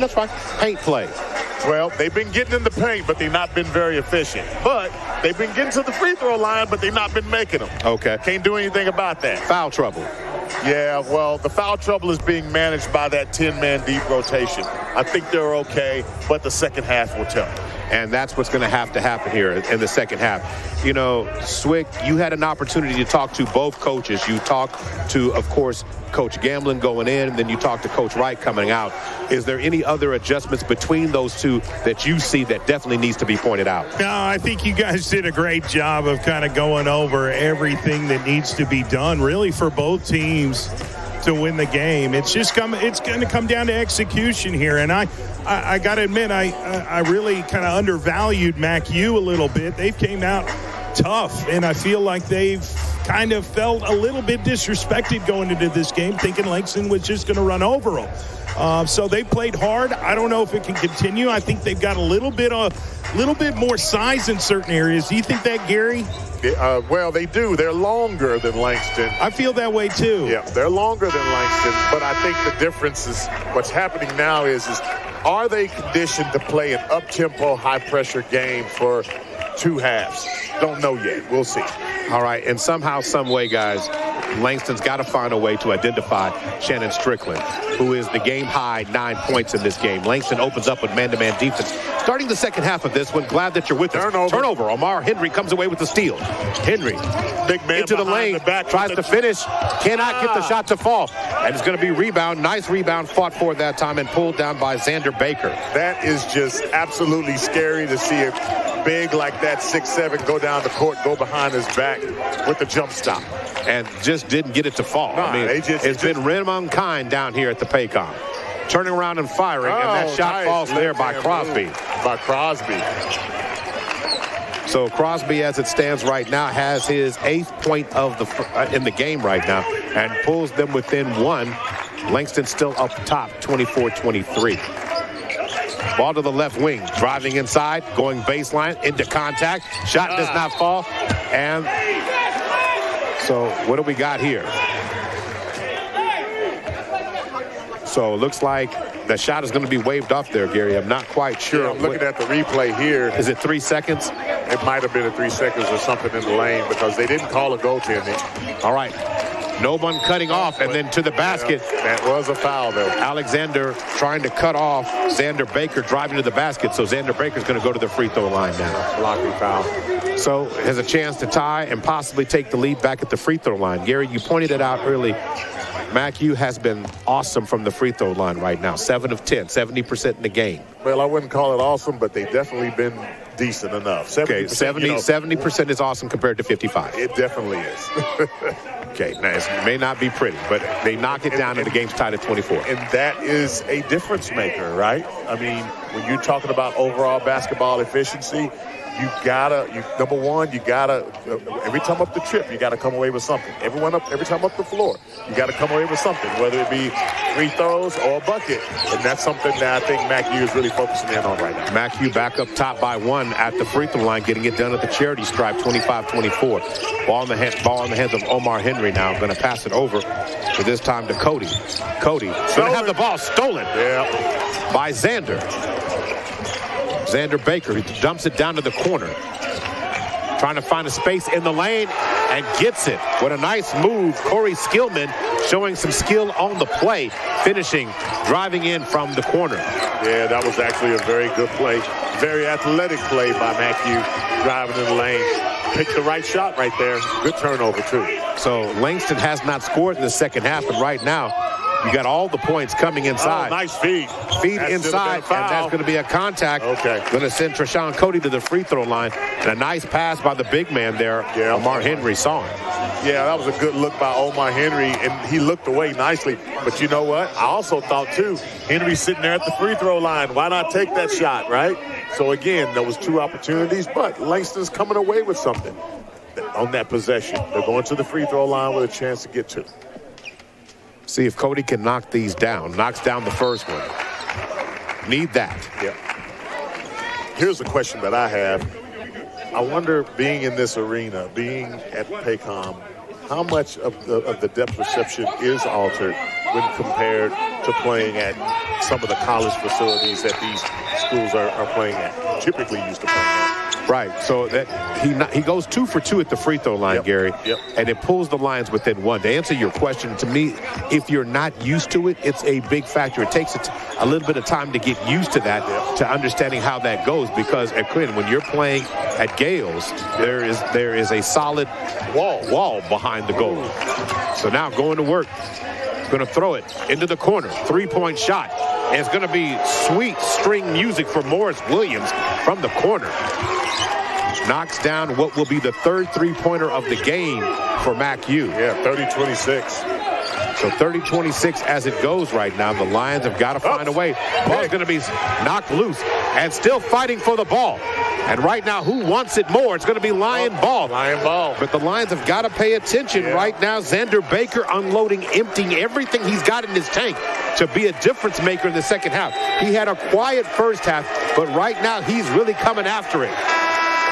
Yeah, that was great effort by Xander Baker. But also, too, I have to give Alexander credit.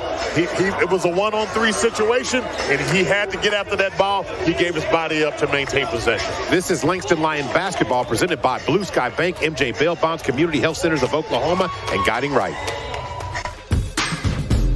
We excel. We restore. Nosotros restauramos. We educate. We win. We heal. We produce. We discover. We nurture. We show out.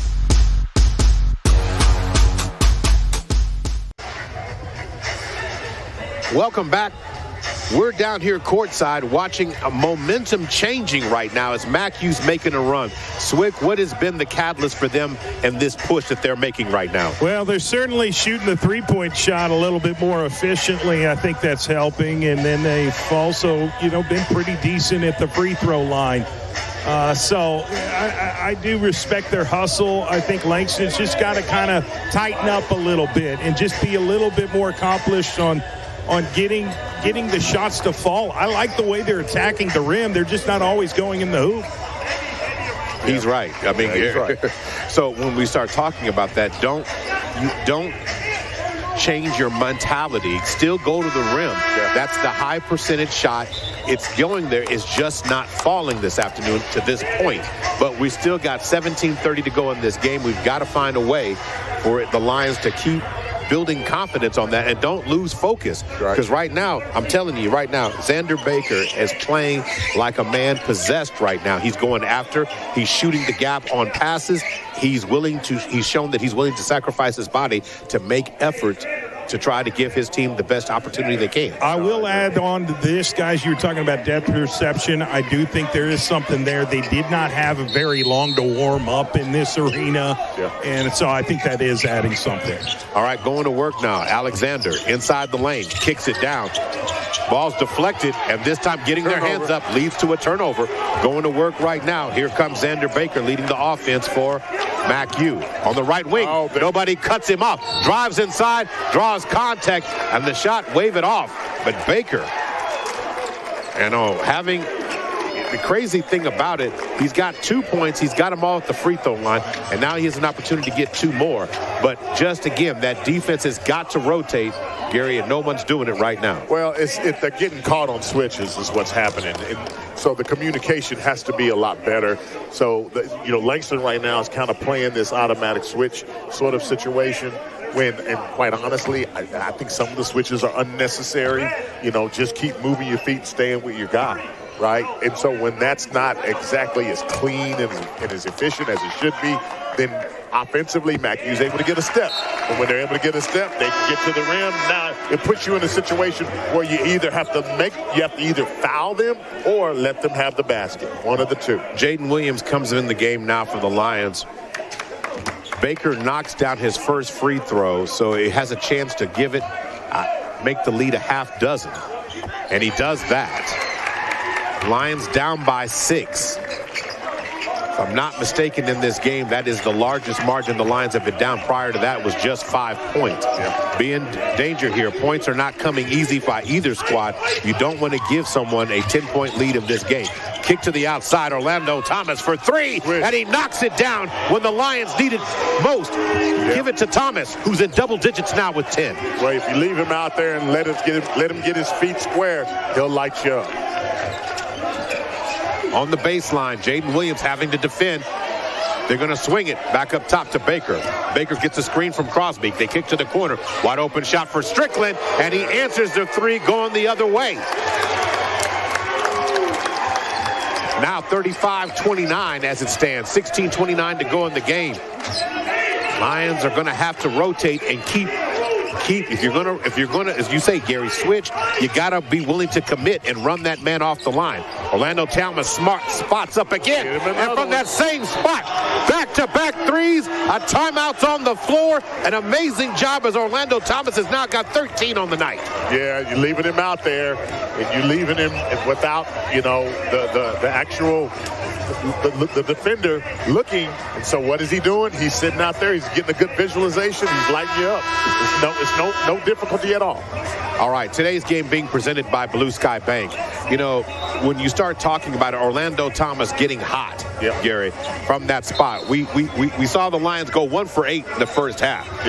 Now you see him in the second half of this game, basically, for all intents and purposes, going almost 2 for 2, or 2 for 3 at the most in the second half of this game. Yeah, but you take that shot when nobody's around, right? I mean, he's not being contested at all.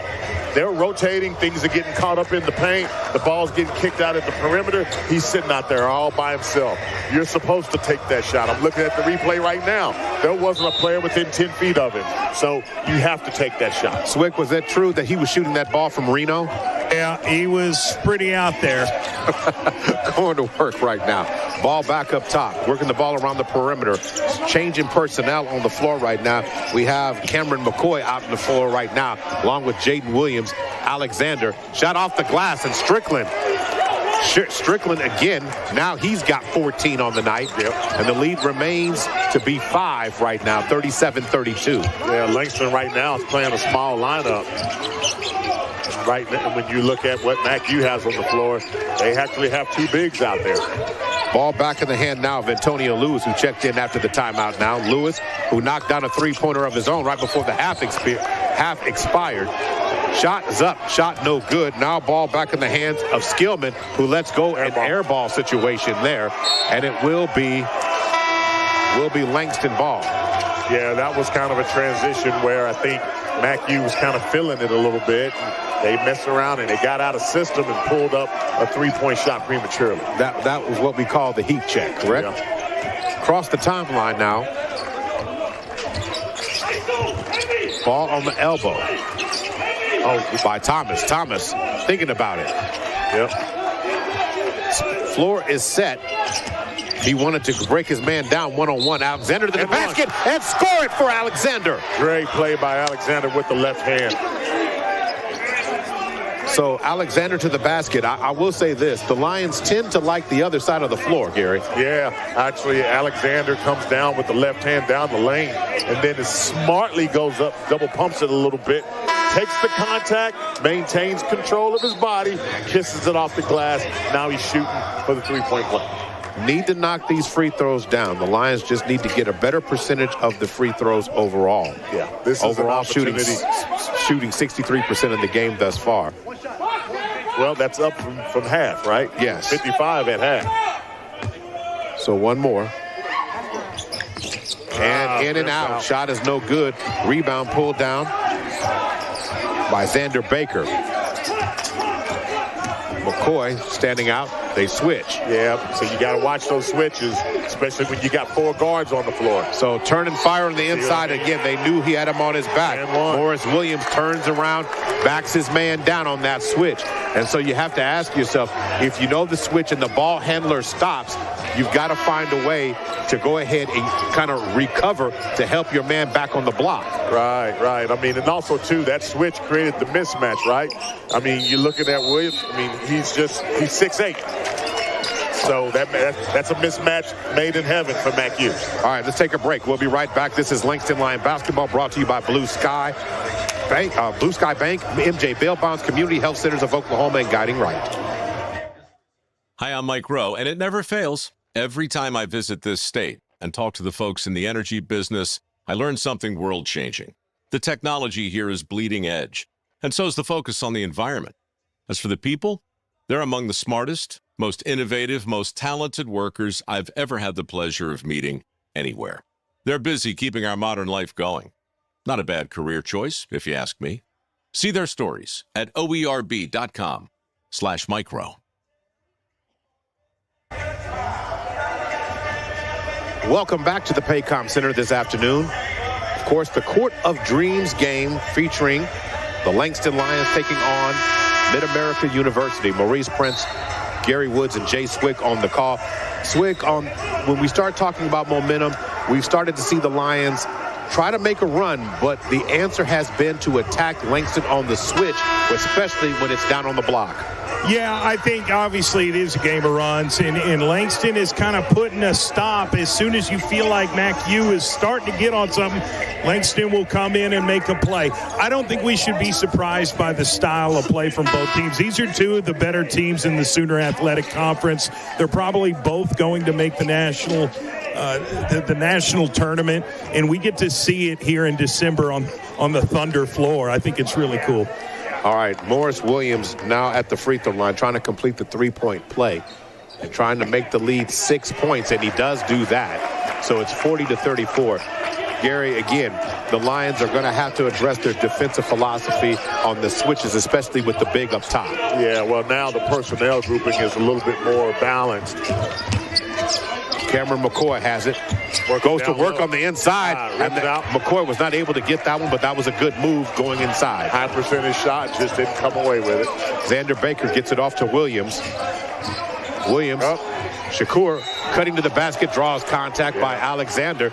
And again, driving to the basket. McHugh is attacking from the wing and has no problem going downhill, putting the Lions up. The Lions just picked up, I do believe it's their 4th or 5th team foul. And that's kind of crazy when it's 14:21 to go. You do not want to get into a 1-and-1 in a bonus situation on a team that is shooting 80% from the free throw line. Yeah. And then also, too, that give and go on the backside like that was a nice little move there. Just enough to give you the step, right? Whenever you get a step on the defender like that, you put them in a bad spot. Either you let them make the layup or the guy's going to end up fouling you. Jay Wilson's checked in the game. Omar Henry comes back off the court for the Lions at this time. 2 for 2 at the free throw line goes Clay Baldwin that time.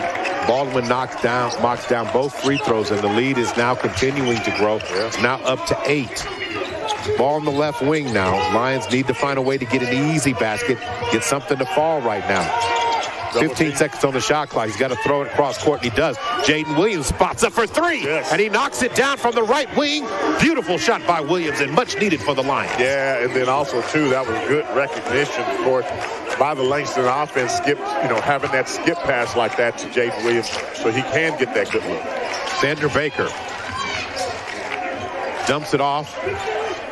And then 1-foot fadeaway jump shot, no good. Rebound by Orlando Thomas. Here come the Lions. Lions need to go on a little bit of a run here. Ball in the hands right now of TJ. TJ at the top, ball on the left wing. Orlando Thomas decides to go baseline to the basket. And block foul. Block foul has been called. Fans wanted a charge. They got a blocking foul, and he gets 2 shots. So to the basket, good things happen to those who drive into the lane.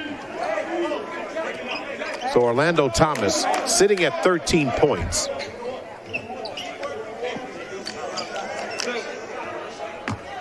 So here we go. Steady dribble. And he gets that one to fall. Lions need to continue to improve on that category. Orlando Thomas has knocked on all his opportunities thus far in the game. The Lion lead is now 4. Excuse me, the MacU lead is now 4. So shot is up. Second one is no good, but nice rebound that time by Wilson. Kicks it out to Jaden Williams. Cross court over, and Orlando Thomas wasn't looking for it. Finally had to track it down. 10 seconds on the shot clock. Look at TJ needing a screen. 5 seconds. 4, 3. Inside the lane, pulls up. Kiss off the glass. Shot no good. Trickles out. Jaden Williams tracks it down. Swing. Orlando. Driving inside goes TJ. Kick it back out to Orlando Thomas. Stutter step. And they're going to catch a blocking foul on him. So now going to work on the outside. The Lions were able to get bailed out on that one because it almost looked like traveling on that play. I saw some steps there, Mo. And you know what? I again, this is a Langston Lion broadcast, but I saw steps.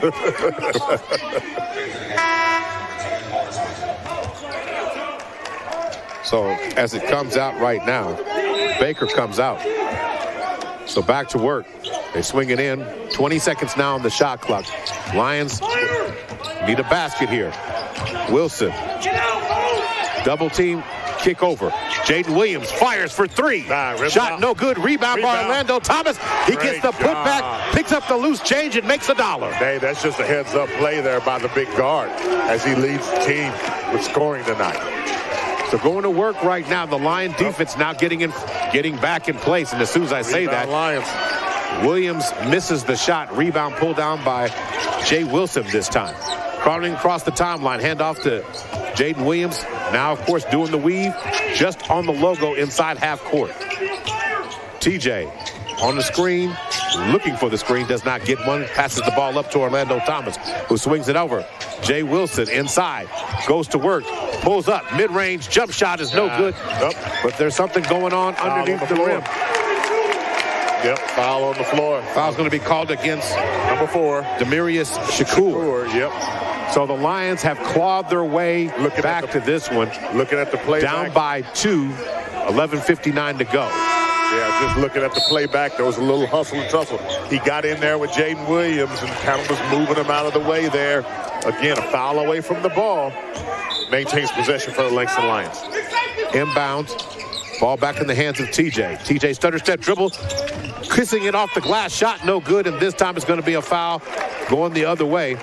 That foul's going to be against Jay Wilson. Team foul number 5, I do believe. Both teams with 5 fouls apiece. Lions down by 2.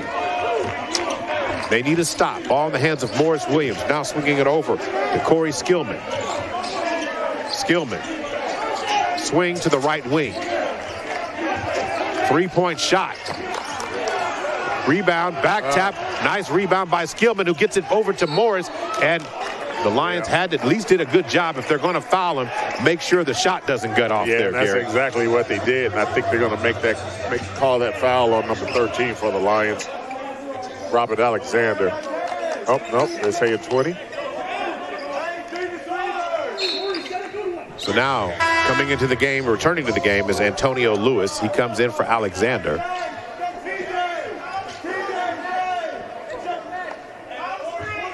So now we go. 11:31 to go in the game.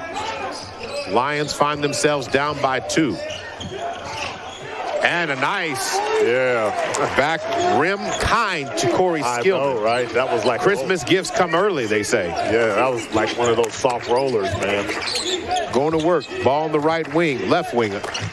Now ball in the hands of TJ. Looking for a screen. Swings it back out. Swing. Cameron McCoy has it now.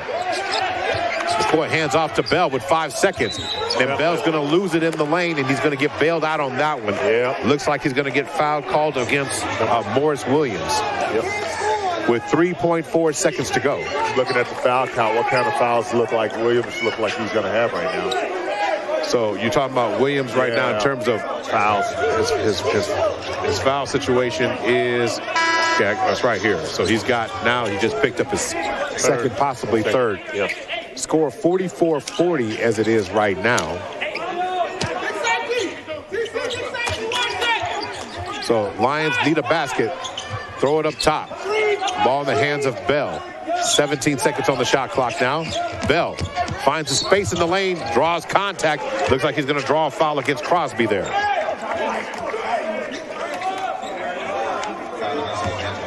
So team foul number 7.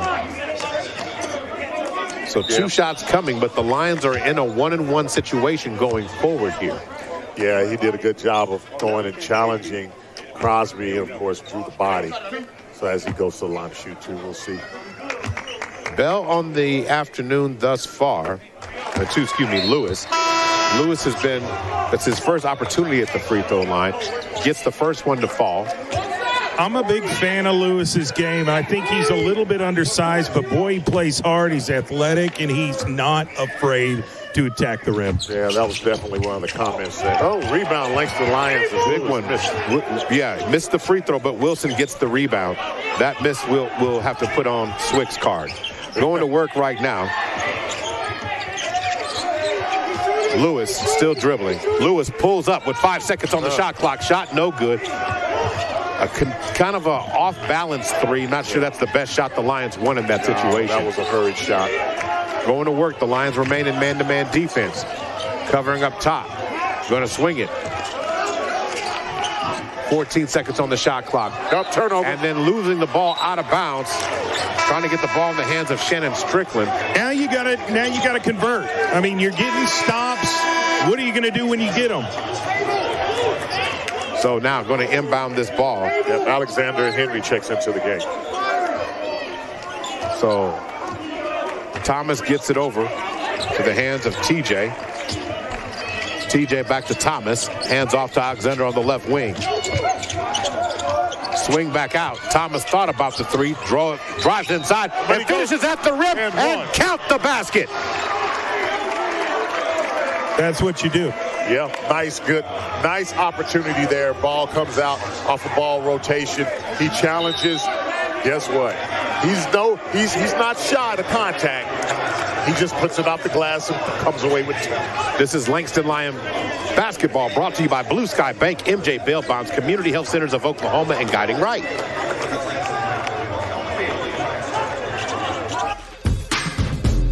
We excel. We restore. Nosotros restauramos. We educate. We win.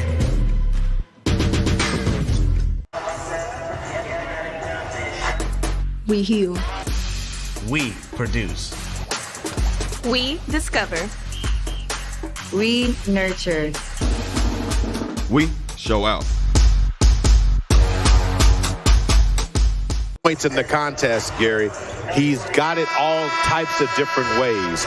You know, you're talking about 7 of 12 shooting from the floor, 2 of 3 shooting from deep. He's got 6 rebounds to boot. And this is a guy who you're saying you want him to bring his entire lunch pail, hard hat, all that to the game. He's got that and more. Yeah, Orlando Thomas is such a great find for the Langston Lions. Just looking at his background, you know, he's a guy that came in from a NAIA program from Chicago, Illinois, and good, tough guard. That's one of the things that Coach Wright said about him. He said, I really like his game. And, you know, he's one of those guys right now. He's really putting together a nice game for the Langston Lions. An opportunity now to tie the game up. So you've got to sit there and say, that's a guy right now that you've got to be, again, getting him some touches to make sure the ball has an opportunity on every offensive possession to roll through his hand to create for for his teammates. Yeah, and he's not a big guy. You know, he's not a big guy. But he's very skilled. Love that left-handed shot in the touch that he brings. And the game's all tied up at 44 with 9:55 to go. Langston Lions now in a zone. So now going to work. 20 seconds on the shot clock. So working the ball around, trying to keep the ball out of the painted area. Omar Henry covering. They're trying to swing it to the outside. Ball back in the hands now of Connor. Connor almost lost it. Turns it fires. Orlando Thomas with a block. Still in the hands of the live ball. Ball's rolling around on the ground, and it's going to go out of bounds for a shot clock violation. And it will be Langston Lion ball. Chris Wright in and out high fives on that one, Gary. Well, he loves defense, and anytime you get a shot clock violation, a block shot in the same possession, that ain't nothing but defense. The defenses want to. Orlando Thomas is proving that he's big enough for the moment, and he's not afraid to make all the plays. He's got it, doing it on the offensive side. Now he's showing you what's in his defensive set as well. Thomas hands off to TJ on the left wing. TJ turns the corner, kicks it over. Bounce pass inside, draws contact on the baseline against Strickland. A nice job by Treshawn Cody trying to get an easy basket. So now you're talking about their 9th foul. So 2 shots coming. For the Lions. And Cody did a good job of drawing Strickland in. Strickland let his arms come down, you know, and then, of course, Cody's going up. And, again, this is the type of possession that you want. Now, all they got to do is make this free throw. Lions doing a much better job now in the second half. 6 of 9 shooting from the free throw line. Trying to get into a better rhythm here, but those are the things the plays you've got to make here. Lions on top, and now they're up by 2. They have their biggest lead of the afternoon. Wow. As crazy as it comes, and it comes with less than 9 minutes to go in this contest, and the Lions are still fighting because Mac Hughes not going to give this up. Turning around, and they're going to drop the hammer as Cody Crosby had to talk about it after he turned and dropped the hammer down. What a play. You missed and you whiffed. He turned around and made you pay the price for that one. Well, what happened was that Chance Crosby was doing a lot of work in the low post early. He was able to get Henry pinned. Henry took an opportunity to try to make a pass at the ball. Miss, swipe, miss. Drop step, 2-hand in the face. 46 is what we're all tied up with right now. And the second shot is good. With the completing the 3-point play, and it's now 47-46. The Lions have not been able to extend that lead without Mac Hughes having something to say about it. Now it's down. They're back up by 1. Going to work right now. TJ dumps it off. Orlando Thomas at the left wing. Thomas kicks. TJ in the lane. Tries to finish with the scoop shot. Can't get it to foul. Almost a foul there. They were careful on that. Did not want to catch. Morris Williams with that put them on the free throw line. To my record right now, Mac Hughes has not missed a free throw in the second half. And on top of that, Morris Williams is starting to heat up as he will become the 3rd Mac Hughes player with double-digit scoring. You've got Crosby with 11, Williams with 11, and Strickland with 14 right now. Yeah, that's balanced scoring across the sheet there. Kind of hard to argue with that. Going back to work, Cody almost loses it. Baker almost put his hand in the cookie jar that time. Going to work inside. Alexander drove inside, drove contact, and is going back to the free throw line. So the Lions are going to have to take full advantage of this. with about 7 minutes to 54 seconds to go in this contest. Got to get it, stop the clock, get a chance to get the lead, and continue to put yourself in the best position.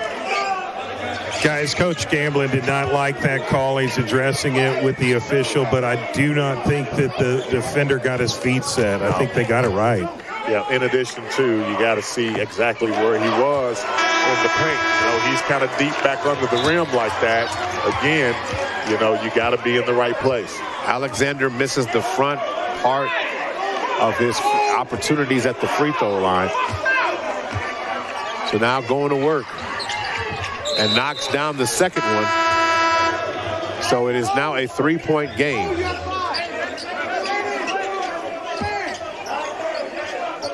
Alexander comes out of the game. And now coming in, Jaden Williams.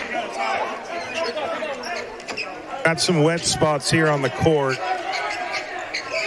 So they're trying to be dangerous if it's not taken care of. Absolutely. So it's a 3-point game, 7:54 to go.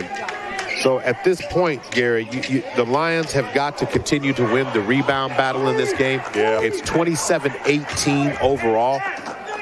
But again, efficiency has been the story when you start talking about Mac Hughes' ability to get it. Yep. You know, for the Lions to have to work hard every time or rely on the 3-point shot, they just haven't been able to get easy offensive buckets. Yeah. And then contact, and they're going to catch Orlando Thomas. He does not like the call. Was that Orlando Thomas, or did he place? Or is that on Alexander? So 1-1 to the free throw line. And again, in the second half of this game, Mac Hughes is 8 of 8 from the free throw line. Efficiency. I mean, that's the thing. You cannot waste possessions up and down the court like that. You got to come away with something. And knocks down the front end. And so that extends the lead now to 4.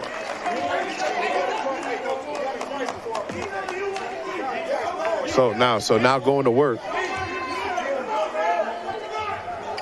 Second one is true as well for Xander Baker. So Baker now, in terms of the game itself, Baker now has 6 in the contest. And now they're extending the pressure. Yep. Throwing it inside, and a kiss off the glass, and a nice job by TJ getting the ball in the hands for Cameron McCoy to finish at the rim. Nice heads-up play by McCoy, recognizing there was an opportunity there for the alley-oop. Lead down to 3. Lions trying to create a turnover. There's a Lion down on the court, and somehow, some way, you left Morris Williams wide open for 3, and now he's got basically 14 points on his own tonight. Yeah, he's a 6'8" big, but he has range. He can fire that ball uncontested like that. You got to have someone on it. Mac Hughes ties the biggest margin of the lead in the game for them. It's 6 again. Ball on the right wing. TJ going to work on the inside. Cuts it. Cameron McCoy. Back to TJ. 7 seconds on the clock. Shot. Thomas. 3 seconds. To the rim. He goes. Shot no good. And the Lions, Thomas ends up with it somehow, some way. They're still battling underneath, trying to maintain it as that shot is missed. The ball goes out of bounds, and it will be Langston ball. Yeah, possession stays with Lions. Again, a lot of effort there. A lot of misses, too. So you got to figure something out. Guys got to block out. I see a lot of guys battling as well for rebounds. Not seeing a lot of blocking out. You got to get a body on these guys, or you're going to be sitting up there playing jump ball over and over again. All right, going to work now. Bell, who's back in the game, tries to finish at the rim. And he gets under, gets it to fall, and plus add one. Scoring for Bell. Antonio Lewis. Antonio Lewis. Excellent job coming across the paint with the left hand. 1-2 step. Recognizes the defender, goes up and under, kisses it off the glass with the left hand. Antonio Lewis having an outstanding game overall in this one. And he puts the exclamation point. Gets the 3-point play, brings the Lions back down within 3. Somehow, some way, the Lions have got to get some stops on this end, have got to find a way to go ahead and get themselves some more easy baskets. Yep. But getting the ball in the hands of Antonio Lewis is not a bad idea either. Working the ball around the perimeter, Lions in man-to-man defense. They switch, and then now they recover. Jaden Williams now covering Strickland. Ball in the hands of Baker. Lewis covering him. Got to watch. They're trying to work the switch. Stolen by What a play. Intercepted by Jaden Williams, who spins inside, finishes at the rim. Shot. He didn't get a call on that. Should have got a call. Should have got a call on that one.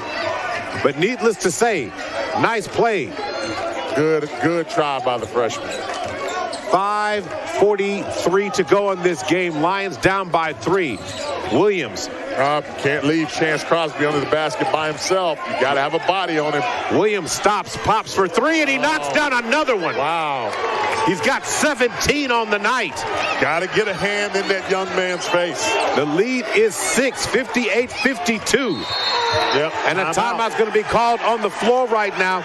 And we need to take a break. We'll be right back. You're listening to Langston Lion Basketball, brought to you by Blue Sky Bank, MJ Bail Bonds, Community Health Centers of Oklahoma, and Guiding Right.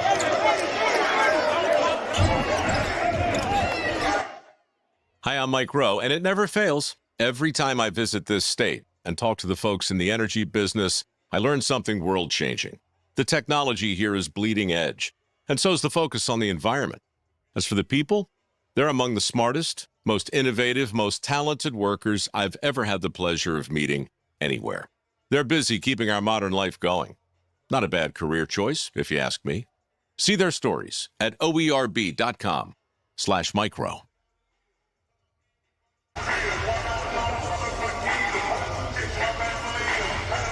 Welcome back to the Court of Dreams game, sponsored by Blue Sky Bank. Swick, I mean, you've seen that play by Jaden Williams a ton of times. It was just unfortunate he wasn't able to finish. I really think he got fouled on that, but I'm not surprised by his defensive ability. And a lot of it is grit and just effort. I mean, again, he loves the game more than anybody I know, and he cherishes every moment, takes advantage of every possession. But I don't know if anybody can slow down Morris Williams right now from the three-point line. He's making it look easy. Yeah. I don't know what you do, Gary, how you defend against that, because he's hit him open. He's hit him with hands in his face. He's just hitting well from the perimeter. Well, the scary thing about that guy is that he's 6'8". He has handles and he has range.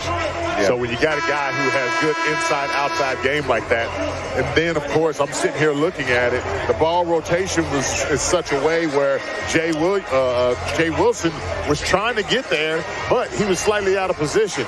And so you got to recognize when the big man is out there at the perimeter and he's trying to score his feet, you got to kind of have a sixth sense, and you can't be slow getting to him. Period. Now, in this game so far, guys, we've seen a lot of getting the ball in the hands of TJ, and I'm sure he is setting the offensive tone. But I'm with Swick. Somehow, some way, we've got to see a little bit more, if we can, of Antonio Lewis. Antonio Lewis can create, has been able to create his own shot, as I just called it, and that shot is rejected by Crosby. Wow. I mean, hey, Crosby, you know, again, he was a top recruit in NAIA, and he came down the pipe, rejected. Sometimes you got to have a mid-range when you're going against 6'9". All right, inside. Double teamed, a contested shot. Nice rebound. Again, fighting underneath it, and again, the height. Yep. Messing with the Lions. 4:52 to go, 58-52. Ball in the hands of Williams. And Williams down the lane. Missed the shot on that one. Mackey wanted the call, didn't get it. Now going to work. Alexander over to Lewis. Lewis stops, pops. Shot no good. Rebound, Crosby. Yeah, great block out by Crosby on Wilson. You know, you got to, he did a great job of anticipating the early shot. Ball back in the hands now up top of Strickland. Now rotating into the hands of Crosby. Crosby himself in double digits. He's got 11 in the night. Inside goes Strickland, and he pushed off with the arm. Surprised no offensive foul there. Yeah, you're right about that. There was a bit of a foul. However, you know, again, this is why they play the game. This is college. This is big boy ball. They're not going to call it every single time. Now, one of the things that I'm concerned about right now, Mo, is the personnel grouping that's on the floor. McHugh is big right now. Langston isn't. Good rebound by Wilson, but he should have maintained possession, reset the offense on that play. And he should have gone toward the basket on that release of that shot. He faded. He was off balance. Okay. Yeah, he was off balance. 3:38 to go in this one. Ball inside. Half court, of course. Now trying to work the ball on the right wing. Got a mismatch under the basket. You got Chance Crosby playing against a guard in the low post. It's there. So now double team. Baker for three. Shot is short. And then it's going to be rebounded by McHugh. That's kick out. Extra hustle. So guess who? Williams. And Williams buries another three. He's got a 20-piece on the night now. Yeah, 61-52, McHugh lead. So the lead now. 9. And you're talking about that. Go ahead, Gary. Yeah, Langston needs a timeout right now. They need a timeout, and they need a reset, a personnel grouping. Alexander misses that one. They're going to work right now. 2:50 to go in this game. And right now, the Lions find themselves down 9, needing to get a stop and get an easy basket. Ball in the hands right now of Clay Baldwin. Yep. McHugh now playing stall ball. They're going to use every single possession length. Inside to Crosby is going to be stolen by TJ. The Lions are going to have to push. Down by 9, they need an easy basket first. Inside the lane to TJ, and they're going to call a foul. Who's it on? On Crosby. On Crosby. How many is that for Crosby? Crosby now picked up what will be his 3rd foul on the night. Hey, that's actually good foul banishment because he's been protecting the rim all night, and he's nowhere close to really being in foul trouble. Smart play on his part. So a timeout has been called on the floor here. We'll be right back. You're listening to Langston Lion Basketball, brought to you by Blue Sky Bank, MJ Bail Bonds, Community Health Centers of Oklahoma, and Guiding Right. We excel. We restore. Nosotros restauramos. We educate. We win.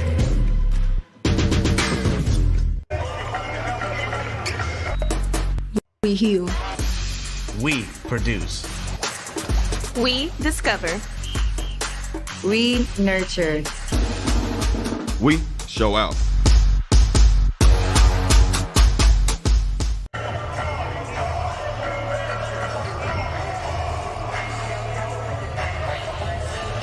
Welcome back to the Court of Dreams right now. And right now, the Lions need to wake up from the dream and get engaged here, Gary. Down 9 officially with less than 2.5 to go in this game. We need baskets. We need points.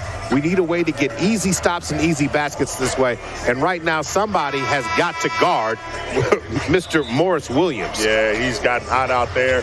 And what's odd is that he's sitting out on the perimeter, right? He's not in the low post mixing it up, rebounding as much. And so what's happening, and the reason why they're able to do that is because of the personnel grouping that they have. Right now, McHugh is going big. So, and Langston has 4 guards on the floor with 1 big. And so that enables Morrison to be able to get out on the perimeter while other guys are in the low post, like Strickland, like Crosby, and some of the others to fight for rebounds. So again, right now, what's killing Langston, in my opinion, and I could be wrong, is just simply a personnel grouping that he has on the floor. Can you believe it? Morris only had 2 points at the end of the first half. He's exploded for 18 in the second half of this game. Right. No, he's actually played exceptionally well, not just down in the low post, but also out on the perimeter. Now going to work right now. TJ at the free throw line, and he helps the Lions a little bit. Gets into that lead with 2:22 left to go, 61-54. Ball inside. Bounce pass. Going to swing it. And now trying to get the ball in the hands of guess who? Morris Williams. And they're going to reset and try to hold the ball a little bit here. Trying to stall it, as Gary said. Xander Baker. Now back in the hands now of Skillman. You got this kind of lead. There's no reason for you to hurry the possession. 9 seconds. Lions doing a good job. They need a stop. Notice what 3 seconds. 2 seconds. Baker fires a 3. Shot no good. Rebound, and he gets his own rebound and scores. Wow. Unbelievable. Yep. So the lead's back up to 9 again, and you did all that hard work and then weren't able to finish that one. Yep. Well, also, too, Mac, you did an excellent job of Baker following the shot. Oh, wow. Three-point basket, a lean-in, and he was trying to draw a foul on that one. That's what Orlando Thomas was trying to do. And then getting a 3-ball. And so he gets the 3 to fall, a much-needed 3, and it cuts the lead down to 6, 63-57. Take a look at it. Up fake, steps in, fires a shot, and it fires right in the way. I mean, he got the defender up in the air, which is what you want him to do. But at the same time, he was trying to draw the body so that he can go to the free throw line and shoot 3, but he missed it.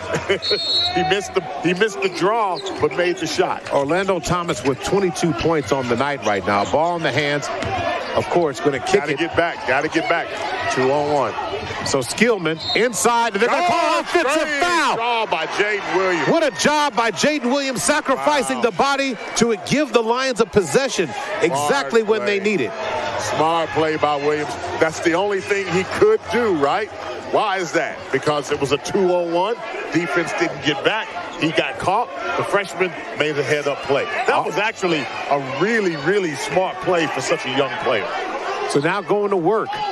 6, down by 6. The Lions are rolling the ball up the court, trying to conserve some time. 1:15 to go. TJ kicks it. Deep three-point shot. Rims out. By Alexander. Shot no good. Rebound. Lions full court pressure. Trying to get him a standing tip. And they throw it out of bounds. And it's going to be Langston ball. Yep, it definitely was. He just lost the handle. The pressure was intense, and he was dribbling up court with the right hand. And he just got away from him. Just watch. No one touched him. He threw the ball right out of bounds. Okay, now according to what standing right here, of course, we get to hear the coaching staff. They said that they were trying to call a timeout. Well, they didn't call it. And they didn't call it enough. Nope. So going to work right now. 58 seconds remaining in the game. So the ball in the hands now of Alexander. Alexander at the elbow. TJ cuts to the basket. That's a foul. And he's going to get fouled driving to the basket. Crosby. So that's going to be his 4th foul. Yep. So to the free throw line goes, of course, Taraji Cave. Now notice Shakur's coming out of the game. Now watch the move, right? Mr. Williams is going right back in the game. Mackey's going to stay big. Right now, they want guys to alter shots and protect the rim. Now, Mackey only has 1 timeout left. And see, these are critical free throws that we're missing right now. Yep. The Lions on the day hovering around 66% shooting free throws today. And you're shooting against a team 85. The Lions have been to the free throw line, this will be the 25th time. Short. And they lift the short. 0 for 2. And Matthew has the ball with 46.4 seconds to go. Ball on the right wing. Going to dump it back out to Strickland. Back over to Skillman, back over to Strickland. The Lions are going to have to consider fouling here to stop the clock. And they do with 33.9 seconds to go. A lot of time ran off the clock. You were, to me, that should have been a little bit quicker. You foul as soon as they get across half court, Gary, to extend and see if they can knock down the free throws. The only problem is, I don't know who you choose. Right. Everybody who you choose on Matthew is knocking down free throws at a high level. Well, it's about time. So okay, Baker's 6 for 6 at the free throw line. You got to stop the clock somehow. I mean, if you just got to grab somebody and commit a loose ball foul, you do it. And the first one is knocked down by Baker. He's now, of course, 7 of 7. The lead now extends back out to 7. So 33.9 seconds left to go. He knocks it down. 8 for 8 at the free throw line. Unbelievable performance today at the free throw line from Matthew alone. Oh, what? You need to pay attention. 33.9 seconds to go. Baker makes him pick it up, and the clock begins to run. 32 seconds left in the game. Inside goes Lewis, who tries to finish at the rim, and he gets it to fall. So that timeout's going to be called. And again, it's 65-59. Let's take a quick break. We'll be right back. You're listening to Langston Lion Basketball, brought to you by Blue Sky Bank, MJ Bail Bonds, Community Health Centers of Oklahoma, and Guiding Right. We excel. We restore. Nosotros restauramos. We educate. We win. We heal. We produce. We discover. We nurture. We show out.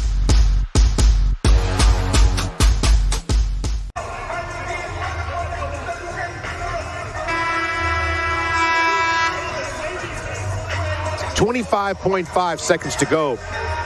Let's check in with Jay Swick. Swick, you know, when we start looking at this game, the Lions have had to really go one-on-one to create a lot of opportunities to score in this game, and it's really hurting them in this final minute here. Yeah, I mean, six points, that's to me is 2 possessions. I mean, the margin of error is so small in a game like this with 2 teams of this high quality. Like I said earlier, I think we're both going to see them in the national tournament competing for national championships. And the difference in this game is 2 possessions to me. All right, going to work, 25.5 seconds to go. Mac Yu to inbound from the baseline. And the Lions are going to pressure. And they're going to call a timeout. Now, did he call a timeout or turnover? Oh, okay. What was it, Swick? Trying to figure it out myself.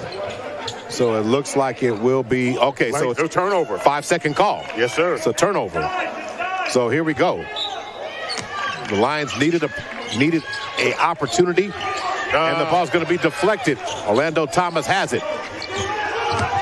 And the clock was not running when the thing stopped. Turnover. And it's going to cause a turnover. So they need to run some time off the clock a little bit is what Mac Yu is saying here. 21.4 seconds to go. Timeout. Looks like a timeout, but we're going to stay right here. Yep. Today's game is, of course, being presented by Blue Sky Bank. Since 1905, been dedicated to living, working, and growing with our customers and communities. Be a part of it by opening any checking account today and receive a free gift. As for details, visit online at Blue Sky Bank.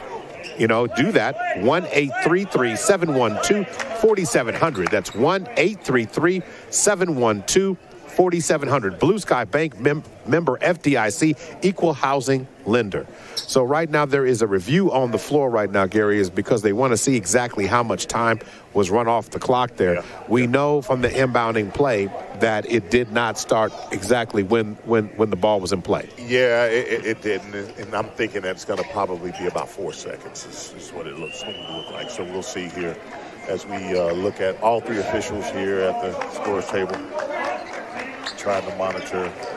When we will have a post-game interview. Of course, Jay Swick will talk with Coach Wright after this game. But it's one of those type of things. Swick made a point, 6 points, two possessions. Yep. But those 2 possessions, the Lions have just had to work so hard trying to just get those open looks or the best shots they could. Yeah, and that's just simply because they're dribbling the ball as opposed to passing the ball. And when that happens, you know, you got people basically trying to penetrate or trying to beat someone off the dribble. And when it's not there, or when you're playing against a very good defensive team, they're going to make you run that clock. They're going to make you milk that clock. So, you know, it's just one of those situations where, I mean, I don't know. I mean, I'm of the belief that all game, not just now, but all game, Langston kind of dribbled the ball an awful lot as opposed to working the ball. Why am I saying that? Because the ball moves faster than the defense. Okay. But when you're dribbling, you can't move faster than the defense because they're playing man. We have not seen a lot of assists from these teams, either one of them. Mac, Mac Yu has 8 in the game, but Langston only has 4. Wow. So when you're looking at that, you're not getting easy baskets itself. I'm not saying, now again, Mac Yu has been able to knock down those open 3-point shots. You're talking a team shooting 53% from 3, and you're talking Langston shooting 29% from 3. Yeah. So when you start talking about the law of averages in this game, Langston's closer to their average, where MacU, who normally shoots 33% today, they're almost 20 points higher in their percentages. On the season, they average about 33% from three. To shoot 53%, it's going to be crazy. So we're going to have to see what the overall call is. And they've made an adjustment to the clock as it stands now. It looks like it's going to come down to 19.5. 19.5 seconds left in this game. Yeah, I'm waiting though, looking for them to put it back up there. They don't have the time up there just right. So there it is, 19.5 seconds. So 19.5 seconds left to go here. MacU's possession. And they're going to inbound from underneath their own goal. And looking, trying to get the ball inbounded, and they do. 2-on-1. So they're going to throw the ball in the hands of Morris. Morris up fake, and the ball's going to be, he's going to be fouled. Going back to the free throw line with 13.4 seconds left to go. So now, doing what they need to do right now in terms of finishing a game. And what a game right now we have witnessed. The Lions have fought throughout this game to try and stay in it. But in the second half of this one, MacU has really came out and made a statement. Especially that young man right there. Yeah, Morris Williams, who now has 21 on the afternoon. He's just been filling it up, especially in this second half.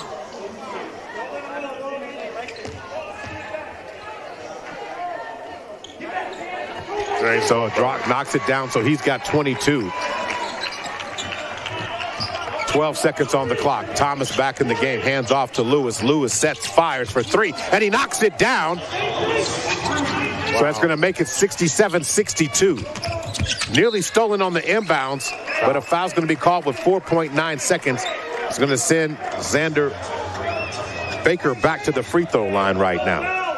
But what a shot there by Lewis, who pulled up just inside, you want to say the barrier, the end line there. He shot it from the logo. It was a deep one. It was one of those Trey Youngs. 4.9 seconds to go. Lead is 5. Make that 6. Yeah, good free throw shooting team. It's been an outstanding free throw shooting performance from MacU. Yeah. On the season, you're talking about them, averaging 19.8 points per game from the free throw line, shooting 74%. And as the final seconds tick away here, Thomas goes to the basket and score the 2. Well, he's gonna get to shoot a free throw because they fouled him. So they fouled him as time expires. Yep. So he's going to go to the free throw line. So he was fouled going to the basket. So Thomas counted. So Thomas is going to have a chance. He's got 24 on the night, but he's got one more. Yep, he can finish with a quarter.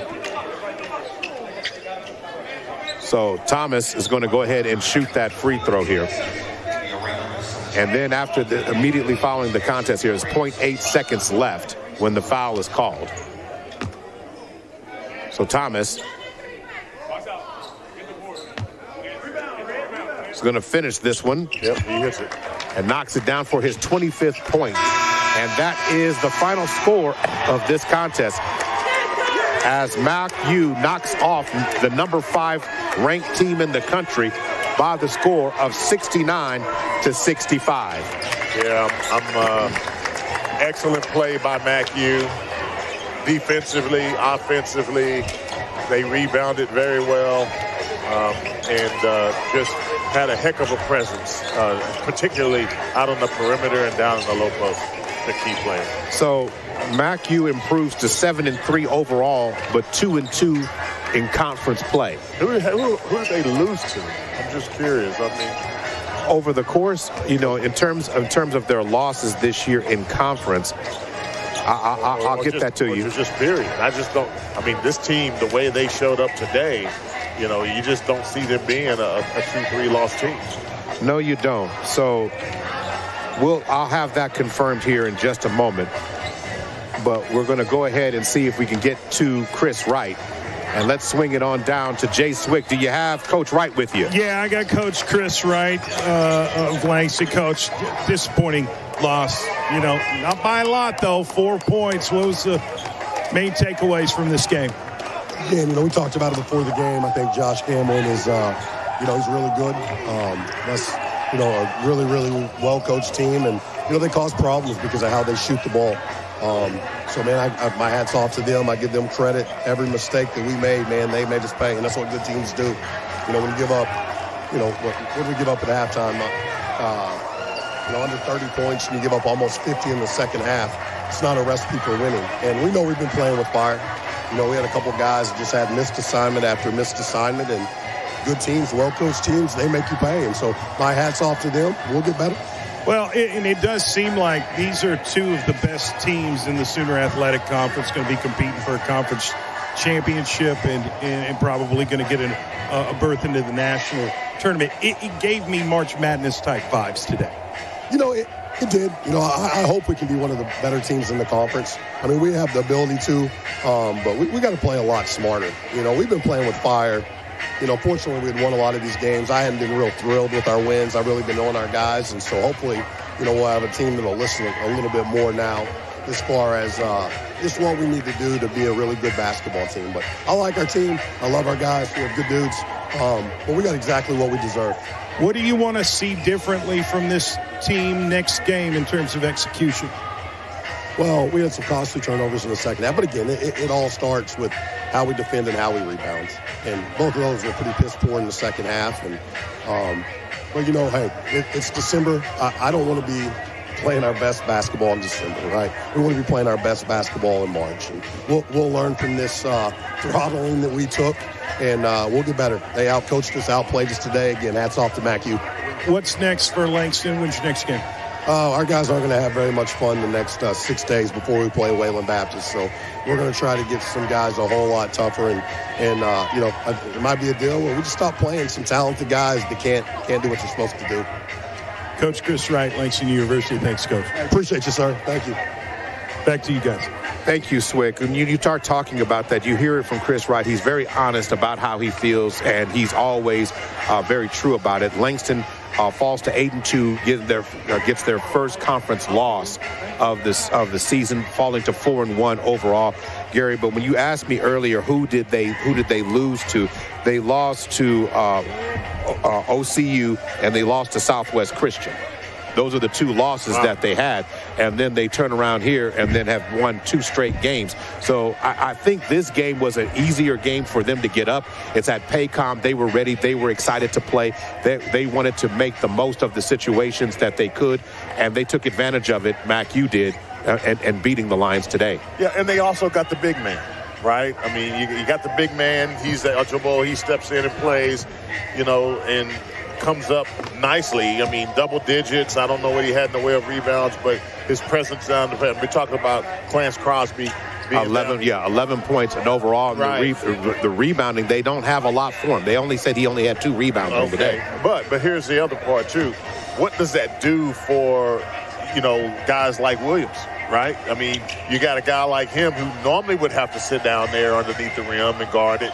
But now he can step out and highlight other aspects of his game, and he did. No, he did. He did just that. So the Lions will be back in action next week as they will take on Wayland Baptist. They'll have a game on Thursday night and then turn around and play again at home against Panhandle. But that is the way the Lions have always chosen to look at this, move on to the next game. Chris Wright, very honest about it. As we get ready to get out of here, because I know we are strapped on time today, just want to put out Jaden Williams finished with the game with 5 points today. 5 points, 3 rebounds, 1 steal in the game overall. Cameron McCoy, 2 points, 2 rebounds. You also had Jay Wilson with 2 points, 9 rebounds in the affair with 1 assist overall in the game. Then you talk about Omar Henry, who had 4 points overall in this game and 5 rebounds. But that 4, he got all that in the first half, got nothing in the second half of the game, Gary. Something worth noting about in the future. Robert Alexander had 3 points in the afternoon, 2 rebounds, 1 assist. TJ, Taraji Cave ended up with 5 points, 1 rebound, 1 assist, and 1 steal in the contest. But Orlando Thomas overall, 25 points, 7 rebounds, and that thunderous block as the game came to an end. But the Lions ended up shooting tonight 36%, 36% from the floor, 33% from three, and 63% from the free throw line. And that's nothing that is going to do compared to McHugh today, who shot 50% from the floor, 53% from three, and 88% from the free throw line. Right. Closing thoughts, Gary. Yeah, the Lions got to get a lot more efficient. They got to shoot free throws better. Let's just start with some basic stuff, right? I don't think you have to go out and reinvent the wheel. You just got to get better at the basics. You know, being able to come away with some sort of opportunity to score on each possession, I think, is important. And I think also, too, hitting free throws and not shooting yourself out of the game. I mean, if you do that, then, of course, that completely turns the picture around. Finally, today, our Blue Sky Bank player of the game has to be Orlando Thomas. Yeah, Orlando Thomas, outstanding game today, 25 points. He did it offensively and defensively. We're going to thank everybody for this broadcast today. We want to thank all our sponsors, Guiding Right Community Health Centers of Oklahoma, MJ Bail Bonds, and Blue Sky Bank. Of course, I want to thank Jay Swick for an outstanding job, outstanding interviews today, and bringing in his insight as he always does. The coach in the box on the sideline here, Gary Woods, our tremendous production team that we've had here at the Paycom Center. I want to thank that. I guess I even got to give it up to old Shannon here. He did that. He provided the Mambas. He kept us in line. He provided the Mambas. So we're gonna sign off here. I want to thank Wes Wilder for holding down on radio today on OKC Sports Radio. Our next Langston broadcast will come up this coming Thursday. Be looking for that, as the Langston Lions will be back at CF Gales to take on Wayland Baptist. So as we sign out from here, he's Gary Woods. I'm Maurice Prince for Jay Swick. This is Langston Lion basketball, brought to you by Guiding Right Community Health Centers of Oklahoma, MJ Bail Bonds, and presented this game by Blue Sky Bank. Have a great sports afternoon. Good night.